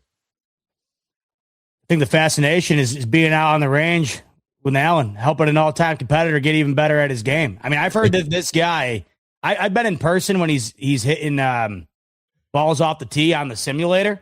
Right. The guy's an all-timer. I mean, we're talking about like just an amateur guy. The guy can golf. Look at him. He's still getting better. Now, the guy in pink, I don't know. I don't know if this is a routine exercise here. But yeah, that guy's got a hell of a bar story, Rico. I mean, you get to be the guy that says, hey, I was down on my hands and knees helping Josh Allen get the golf game out to tip top shape. It's a hell of a clip. It's a hell of a clip. And I'll tell you, man, whatever you can to get your golf game going, do it. Because I'll tell you this, I small story. I thought that was just kind of lighten up the mood a little bit. But I saw this and I was like, first of all, it was a still shot. It was something like this. And I was like, what did that guy in pink have to do to get in this position? Because I'd love to be there. That's all I got. But you know what? If it's going to work that brother's game out just fine, freaking why not? Look at that. Yeah. That boy in pink was like, tell me who doesn't want to be in that position. That's all I was reading. It was just wild, very wild for me. But I got to say this, man. We just celebrated our 17th year anniversary, the wife and I. And every year it's the same question. It's like, hey, man, so what you want to do for supper? I mean, once you've done a couple anniversaries, they're all, you got to try to change it up as much as you can. But for the most part, it ends up with just the two of you guys hanging out, go for somewhere for supper, you know what I'm saying? And depending on how tired you are, you know what I'm saying, head back to the crib, do the nasty, and then, you know what I mean, go to bed. You know what I mean? Catch a couple Z's, right? Wifey. Doesn't sound too bad. Doesn't sound too bad to me. Wifey says, and this is what got even better. Wifey was like, bro. She goes, you know what I want to do, babes? I want to golf. I was like, mini putt? She's like, no, golf. I was like, oh, you mean the driving range? She's like, no, actually golf. Bro, this lady was like, for our anniversary, let us go golf and let's go for 9 holes. She's never golfed a day in her life. Let's go for 9 holes. And we went out there and had a good old time. And this girl came out of that and says, I love it. I want to do this again. She goes, now I understand why you guys like to go do this and hang out and just have a good time. Now, I was kind of proud. It was a proud moment for me. But then I was like, hold on now. Wait a minute now. Maybe she's onto something here because I don't want her saying, hey, babes, me and the girls are going golf and you're going to stay here. Whoa. That's not how it works. That's not how it works. We're not doing that. But the fact of the matter is this. Found a little something that both of us can kind of chill and do what we do and play some golf. And you got to, listen, taking your lady to go golfing, it's got its perks. It's got its perks. It's nice. It's a nice gig. So when you do get into golfing, and I think you should, because it's a humbling game, brother. It's a different ball game. I think you should get into it. But shout out to the guy in pink. He was helping my man Josh get into getting his groove, and it seems as though Josh is going to be getting into a fine career after he's done playing ball with the way that he playing golf. So shout out to the game of golf because I love it, and I never thought I'd be a golf guy. So now the wife and I are golf people now. So how about that? So, Bot, maybe I should bring my clothes with me on. Catch a 9, catch a back 9 somewhere. Who knows? We'll figure that out.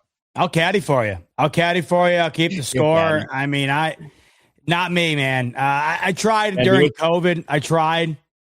It's not going to happen. It's never going to happen. I'm never going to have the time for it. And nor do I care to have the time for it. I'm going to be terrible at it. And that's that. I mean, seriously, I can't.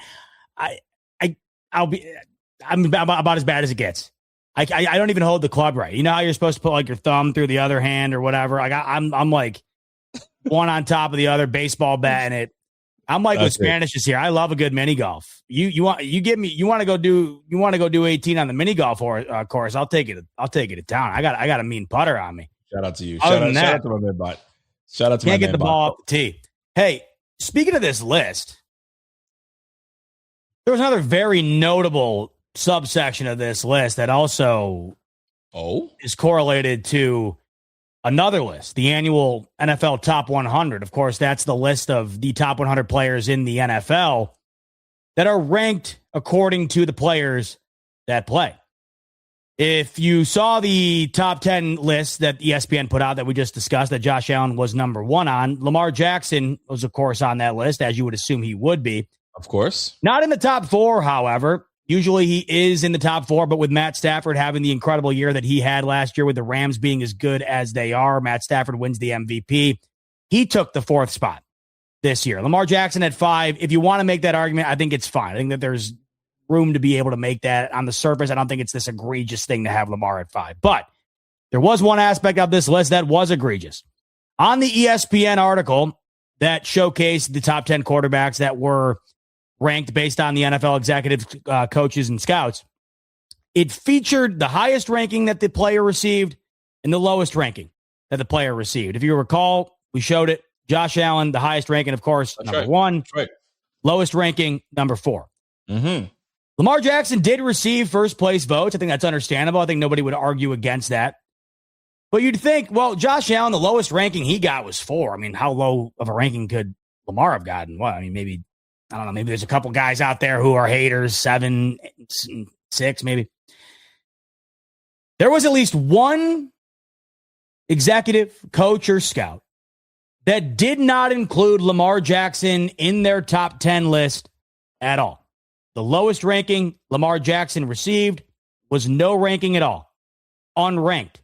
This was only one bit of disrespect thrown the way of the two-time MVP, one of the best dual-threat quarterbacks we've seen. The NFL Top 100 list continues to roll on, and the rankings continue to be revealed.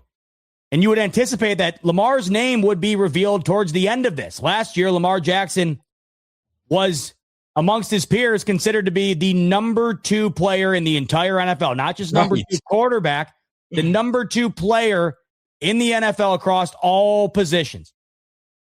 Lamar Jackson's name was revealed on the NFL Top 100 list today at number 69, falling 67 spots from his number 2 ranking last year. And Rico, I never put much stake into the top 100, but this list has never been more laughable or more irrelevant than it is now. For real. Lamar Jackson at 69. Look, we love getting into if you own an internet, or if you own an internet, if you own an internet connection, or if you own a device that's capable of connecting to the internet, you have seen the constant discourse between Bills fans and Ravens fans, and it's fun and whatever. Sometimes you can get a little bit too much, but it's because both squads have 2 of the best quarterbacks in the game. You go on now and you look, and it's impossible to wrap your mind around the idea that Lamar was ranked where he was. Rico, Lamar Jackson, unranked, at least on one ballot in the top 10 list, 69th best player, insinuating that there are 67 better players than him in the entire league. What do you make of what I find to be one of the most egregious things I have seen in a very, very long time? So this top 100 list is voted on by players, it's voted on by coaches and executives, correct? I think, or just executives, so like GMs and whatnot, coaches, and then scouts. So this is for the top 100 list, correct? No. Sorry, the top 100 list is all of the players. All players. This is what's important to me. Forget about the coaching. This is your peers. So clearly, your peers are saying something, but to me, that's a drastic drop. You go from being one of the best, you are a top 5 quarterback in this game, and you're the 69th best. Why? Did he have that horrible of a year last year? Or was his team not well put together? Or was it just, was there a lot of dysfunction? Was it the coach? Was he holding them back? There's so many excuses that most of us could make. But the fact that they brought him down to 69 is alarming, because those are your peers. Normally, your peers would be like, yo, the exec, they don't know anything. They don't play the game. Man, these fans are stupid. They're just voting because this, and that, third. No, these are your peers, brother. These are the guys going up against you. And they voted you 69? Bro, that's weird. I don't know what to say about that, because had there been other people voting on this, okay, fair. But these are your same quarterbacks in the same class. This is a defensive lineman. This is a linebacker. This is a DB. Maybe they're like, yo, bro, like all this was hoopla. We're not buying it. But I just can't see how you go from number 2 to 69. Are you nuts? He is ranked one spot ahead of Xavier McKinney. Come on. Of the Green Bay Packers. Now, you're saying this is weird. Sure, it's weird. It's also flat out stupid. Okay? This is why I hate when, you know what I hate? When someone's like, well, you didn't play the game, so the hell do you know? It's kind of like if you people that gatekeep stuff, right? Piss me off, right? Like, oh, you see it with with everything, but like for me, I'm a big Penn State fan. Like, you didn't go to Penn State, so the hell do you know about? Oh, it's like, oh, I've only been going to games since I was 3 years old. Sorry, I didn't want to shell out $250,000 on a degree. You know what I mean? You're looking at this, and I'm sorry, but you cannot tell me that the average ball knowledge of what seems to be the consensus of the league is that of what people is that of what is a. This is throwing me for a loop. You cannot tell me, Rico, that the average ball knowledge apparently of current NFL players is on an equal playing field to those that are watching every one of these games that are looking at this list and saying, what the hell am I looking at? I mean, even if Lamar was ranked like 27th on this list, it would still be like, what? You ask the average NFL fan, name me 67 players not named Lamar Jackson. You'd probably get to like 35 before they tapped out. And yet he's 69th? 69th. I don't understand. Did they just forget because he was hurt? Did they just forget because he had a down year? Because he was hurt last year. He missed 4 games. He was hurt all year.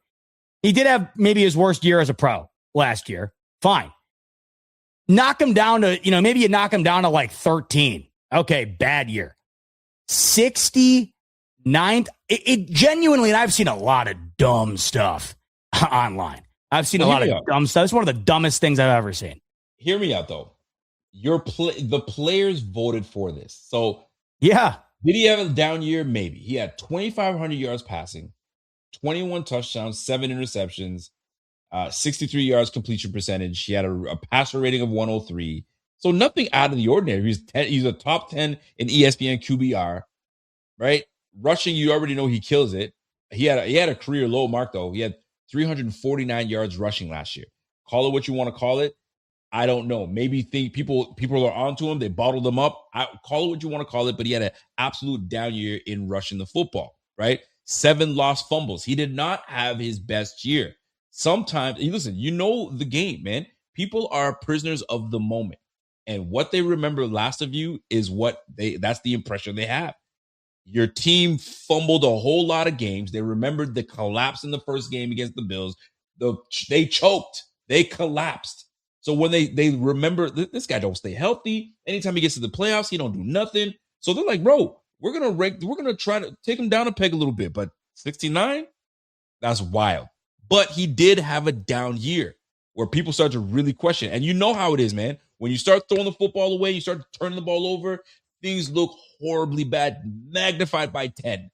And that's the result. He's down to 69. Now, call it what you want, fair or not fair. His year reflected it. And they're saying, hey, last year you balled out. This year, not so much. So is he really ranked 69th? No, but hey, your last year proved that, you didn't get your team over the hump. The Ravens were just a team where you're like, bro, everybody was asking, what's wrong with the Ravens? Everybody was asking for it. What's wrong with the squad, man? There was the point where the backup quarterback was playing just as good. So now you're like, what's going on? What's happening here? So listen, I'm with people questioning, his year, but to rank him 69, bro. Yeah, that's the thing. It's fine to question the year, and it was not a good year, and it's certainly fine to have knocked him out of the top 10 or whatever. I mean, there's a ton of great players outside of the quarterback position. I get all that. Like I said, even if you had him in the 20s, you could maybe make an argument for it, but it would still be a head scratcher. 69th. I mean, it doesn't even make any sense. It doesn't even make any sense. No question. It genuinely, I have to think that this is simply chalked up to what you're talking about. Like, we're in the process of making this ballot as a player, and Lamar's hurt, and I'm watching all these other guys or whatever, and I cast my vote elsewhere. I have to chalk it up to that because I can't for the life of me wrap my head around those playing the game thinking that guy is the 69th best player in the league. I mean, I don't know how they do it. They probably say, okay, listen, here are the 100 top 100 players. Like, would you be able to rank, like, seriously, just really quickly, I don't want you to go deep into this. Yeah. Would you be able to rank NFL players? If I gave you, I gave you like a couple hours, I say, rank me 1 to 100. Yeah. Could you do it? You think you'd have a hard time doing it? No, but Rico, that's not what they do. This is what they do. This is where it's even weirder. Okay. So the ballot is only 20 players. So how it works is you rank 20 players, and then they compile the amount of votes that those players got within that 20. And then from there, you get into outside the 20, right? So say like you had Josh Allen, 1,000 votes inside the top 20, that would give him number 1. but say you had like 75 votes for somebody else in the top 20. Even though they weren't on everybody else's top 20, there were enough votes to get him in the top 100. You see what I'm saying? Like, this is how this works. Interesting. So these players aren't going through 100 players because that would be, like you just said, could we really do that? I mean, I don't know how I would be able to do that. Plus, no player would submit their ballot. They'll be like, I'm not sitting here ranking 100 guys. What the hell you want me to do? I'm not doing that. Right. So basically, I think what it comes down to, it probably, this is where I think it gets even a little bit more interesting and weird to me. I feel like ranking the top 20 players, a lot of it comes down to ranking guys off of relevancy. And so this is essentially insinuating that Lamar Jackson, in the eyes of the players, has become, at least last year, completely irrelevant. Because you're ranking top 20 guys. I got to think, Rico, a lot of that top 20 for these guys comes to, who am I thinking of in terms of the top guys that I think when it comes to the top of my mind? You know, who am I thinking of? Like we were talking about earlier, the faces of the league. And then you narrow that down to the faces of the position. Yeah. So I look at wide receiver, like, I immediately think of Puka Nacua and Jamar Chase. Quarterback, I think of Josh Allen, Patrick Mahomes. DN, I think of Myles Garrett, right? So this is basically saying when the quarterback position was thought of, clearly the vast majority of people had Lamar Jackson as an oversight. And look at Walter here. It's very interesting because I agree with this, right? Lamar has had a very interesting career. For real, though, because he's two-time MVP, but then he has these moments where you're like, okay, you can't get over the hump in the playoffs, right? You have the moments where you whether you want to call it give up on your team, and you have Snoop that plays just as good as you at quarterback. It's like it has been inconsistent in his career, but then you have the model of consistency in Josh Allen. So maybe people are starting to see through that. And maybe this is a trend. Who knows? Well, that's more than fair. But it may be a good trend. I think it's more than fair. But he wasn't ranked 18th. Yeah. He was ranked 69th. Like, I'm seeing the comments in here. You guys can think whatever you want. That's fine. Lamar's overrated. He's not that good. That's fine. I'm sorry, but if anybody in the chat thinks that Lamar Jackson, if there are 67 people in the league right now better than Lamar Jackson, I don't know what you're watching. I'm sorry. I don't know what you're watching. It is pretty crazy. So, but what makes this more interesting is that these are his peers. These weren't just fan votes and this, that, and the third. These are his peers. So it's like, are they seeing something are they ahead of the game, ahead of the curve? They're seeing something we don't see. Who knows, brother? We'll never know. But I listen. I'm a big fan of Lamar. I think he's going to bounce back. New coaching, new fresh everything. So look for him to bounce back and have a damn good year, and then he'll be back in the top 10 next year. So we'll see how that rolls out. Man. Yeah, I mean, this is the thing too. Like, you got to go beyond. I understand the hatred, like for the opponents, like Money Mitch is saying. It's like he goes, I hate Lamar Jackson, but he is at least top 20. Like, for everybody in the chat that's saying, this and that about Lamar, that's fine. But come on, be real. Be real. Be real. 67 player. I'd love to know how it all came about. I really would. But I guess we'll never know. Yeah, we'll have to find out. Last thing for me before we get out of here. Switching topics here. I was starting to get into because I got some videos and clips I've got to create and so on and so forth. And it got me thinking about this roster. And as we're starting to get things cracking again, guys, we're going to get into the state of the roster.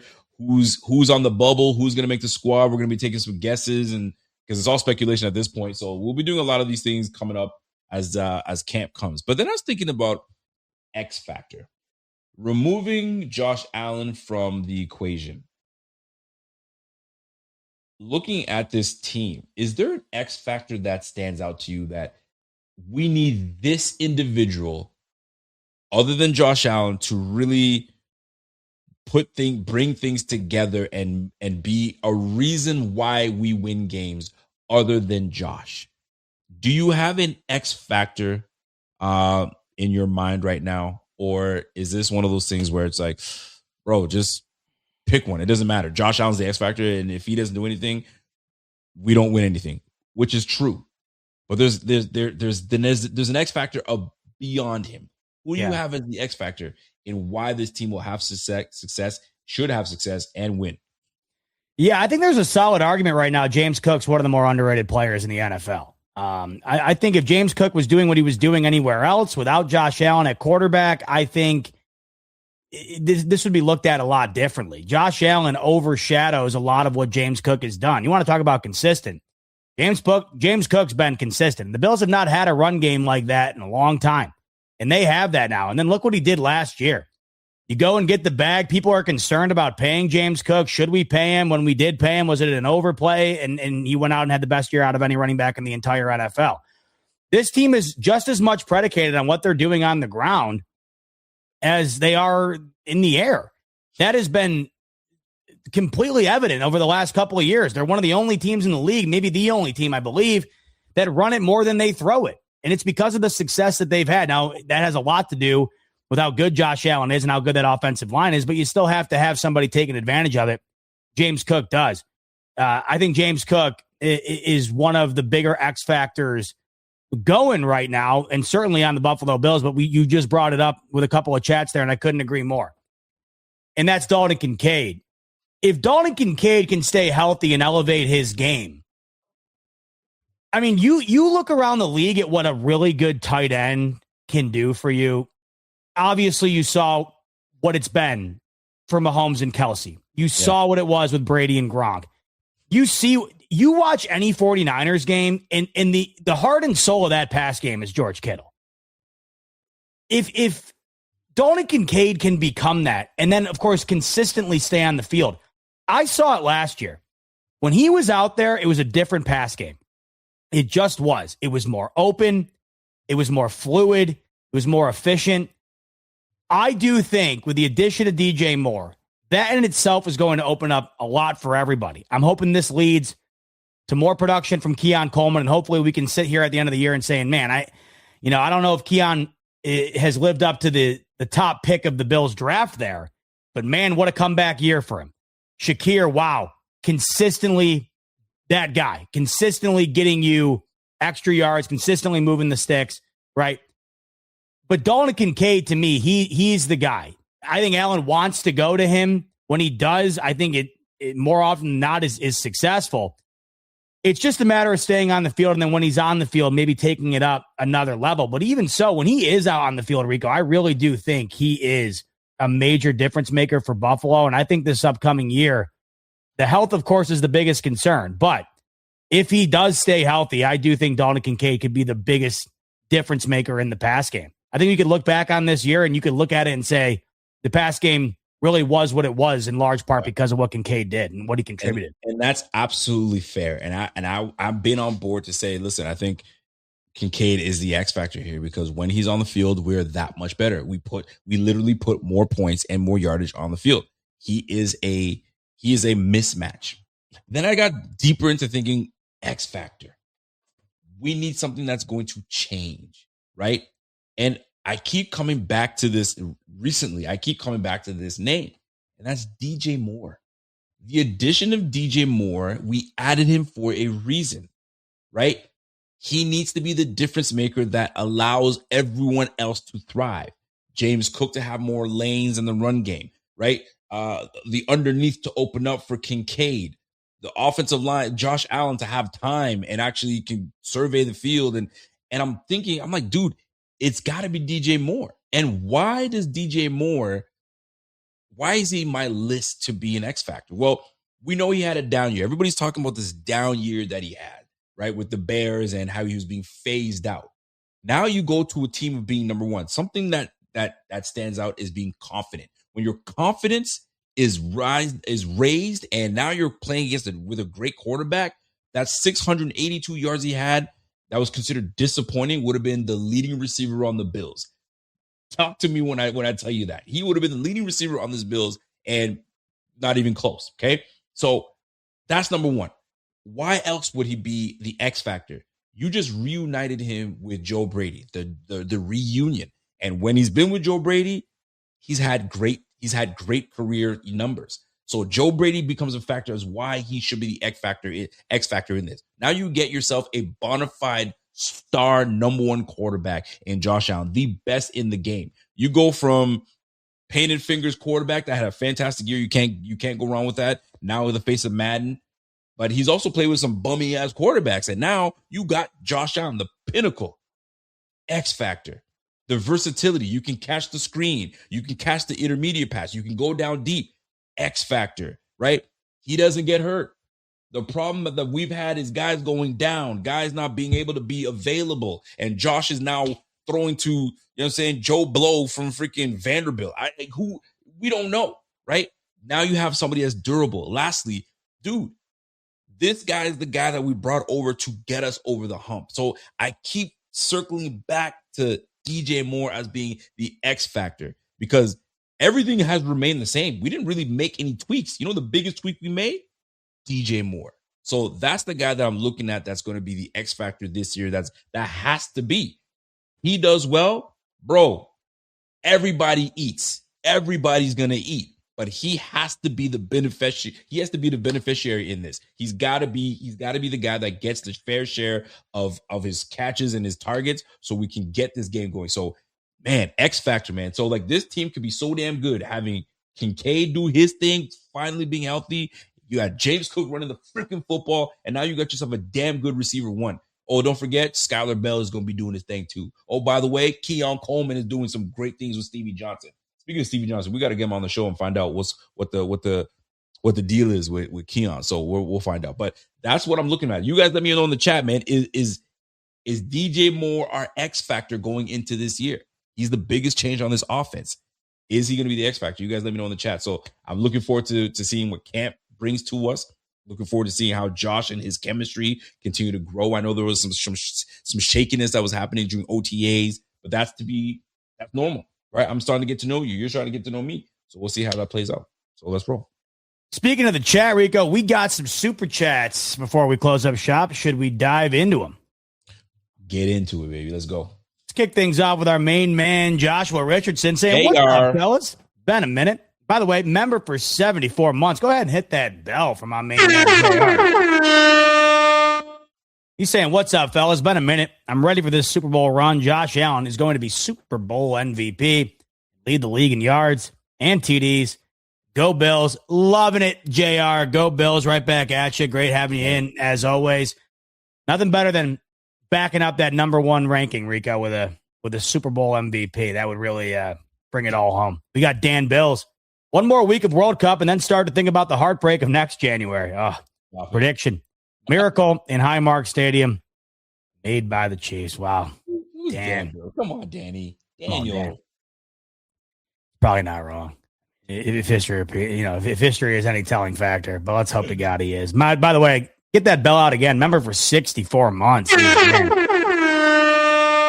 Unbelievable. How about an orange? How about an orange for the boys from Allen Alps? Appreciate you, my brother. Allen saying Jim Kelly from 90 to 93 had 13 touchdowns and 16 turnovers, 4 Super Bowl appearances. Josh Allen from 2020 to 2023 had 25 TDs and 5 turnovers, 0 Super Bowl appearances. Josh Allen from 22 to 25, 23 TDs, 8 turnovers, 0 Super Bowls. Montana from 87, 90 to 90, 22 TDs and 3 turnovers, 2 Super Bowls. Just a way different era as well. You got to factor that in, Allen, too.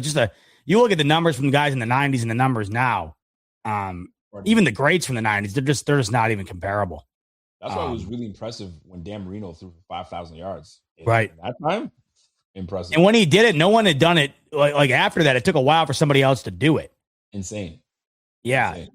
It is crazy. It's just the change of the game, obviously, too. The rules of the game have allowed for a lot more leniency, more games, too, as well. More games added.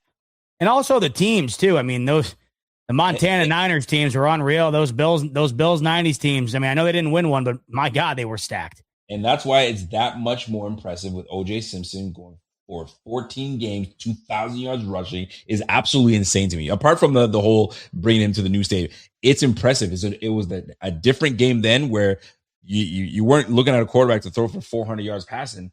You knew they were running the football. And that brother freaking ran for 2,000 yards in 14 games. Absolutely insane to me. That's crazy. Anyway, I digress. Lucas stopping in saying, missed you, fellas.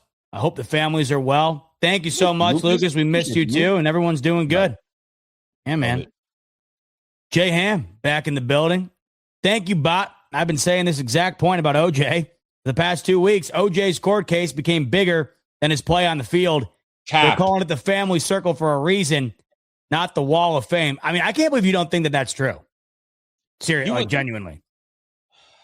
I mean, yeah, it was a known name internationally, but when you threw OJ's name, it was for his football, it was for the movies, it was for the commercials. It wasn't like this made him who he was. What made the case what it was what he did on the field and who he was outside of that thing. So call it what it is. It's all tit for tat. Listen, it made him even more bigger because of what it is. But I mean, at the end of the day, listen, what happened. Listen, I wasn't there. You weren't there. It sucks. 2 people passed. 2 people died. And we'll never know who. Some people have speculated. Some people are saying, hey, they didn't get him for it. But it is what it is. Spanish Jose, speaking of family circle, do you guys feel like Terry Pegula is family or just a landlord? Ralph Wilson to me felt like family. Well, I think Ralph Wilson probably felt like family because he was there from the inception. I think that's probably why. Maybe. Yeah, that's true too. But I don't look at Terry Pegula as a landlord. Me neither. I mean, if he can come in there and say, hey, I looked at forget about some of the crazy things he said in that presser. But the one thing that he says, I came in as the owner of this team and I looked around and I saw everybody's face. And I was like, not again. I've seen this face before. I've seen these faces before. We're not doing this again for another season. I made the call. He's got to go. When he fired and let go of Sean McDermott. Yo, that's not a landlord. That's a guy that says, yo, my players are hurting and I can't see this thing happen again. So to me, I take family over landlord. I don't think he's a landlord. I would have said Ralph was more of a landlord than a guy, but then that wasn't my era, so I didn't know him like that or know of him like that. I think if you remove the debacle that was that press conference, Terry Pegula has been a pretty damn great owner. He has been. I got to give it to him, man. Yeah. So he doesn't meddle. He lets the guys do what they do. Jerry Jones, I'll tell you that much. Our man Whittle saying they added an extra public practice for the non-season ticket holders, and the season ticket holders cried. Nasty business. Yeah, man, we talked about that. That's where you're losing me. I'm all about them having the rights to their seats. Adding an additional practice so that people that don't have PSLs can go. Like, I just don't understand how you can be mad about that. Yeah, can't. I don't. But wild. There's always a line in the sand. Little. Money Mitch, the lead lobster, member for 19 months and counting. Rico, or Money Mitch. He's saying it feels weird calling Allen number 1. I'm still haunted by his playoff performance of last year. That being said, I agree with it. Hashtag BF is the best in history. Yeah, I mean, like we talked about, the performance was not his best. But man, you're on the wrong end of a call there, and it's all forgotten. 5 turnovers, and it was still right there, buddy. It really would have all came down. It was that before the half play, Rico. To me, just was that? Say it again. The before the half fumble. That was the one that just couldn't. That was a killer. But you know what? And he there was somebody that brought it up. I don't know who it was. Maybe it was Whittle. No, it wasn't Whittle. But the pass that he threw to Kincaid, or was not Kincaid, it was somebody else, and he just underthrew him. As it was Hardman, McCole Hardman, or was it Kincaid? It was one of the two. But it was a pass that was catchable. Had he just put it a little more touch on there, Hardman is catching that and going for a ways, and just underthrew. It's like, those little moments. Tough. It's a compilation of little moments, Rico. It always has been.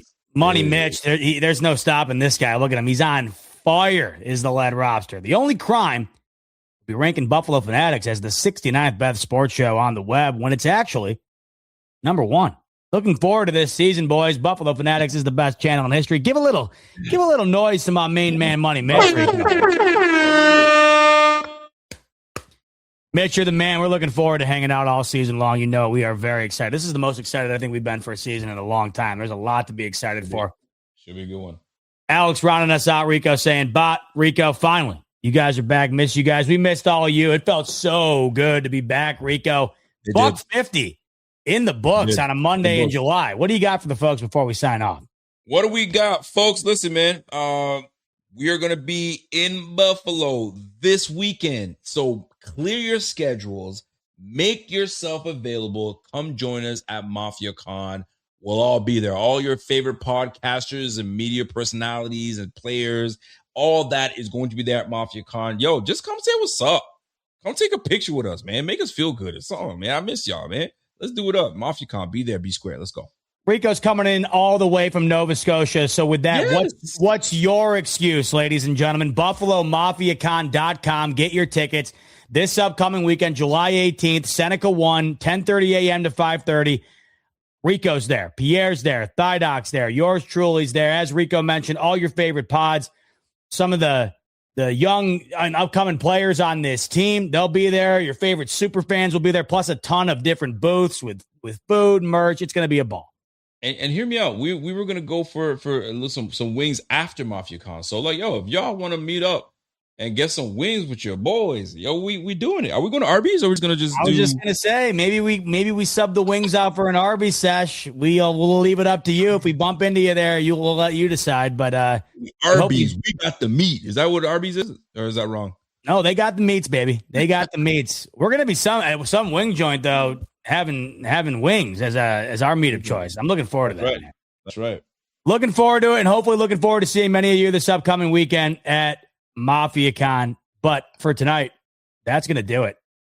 Felt good to be back, Rico. Great to see you. Great to see you all. Nearly 1,000 of you in the building with us here on the Buffalo Fanatics YouTube channel, and we look forward to seeing you on the next one. That's Rico. I'm Bot. Much love, as always. And go Bills.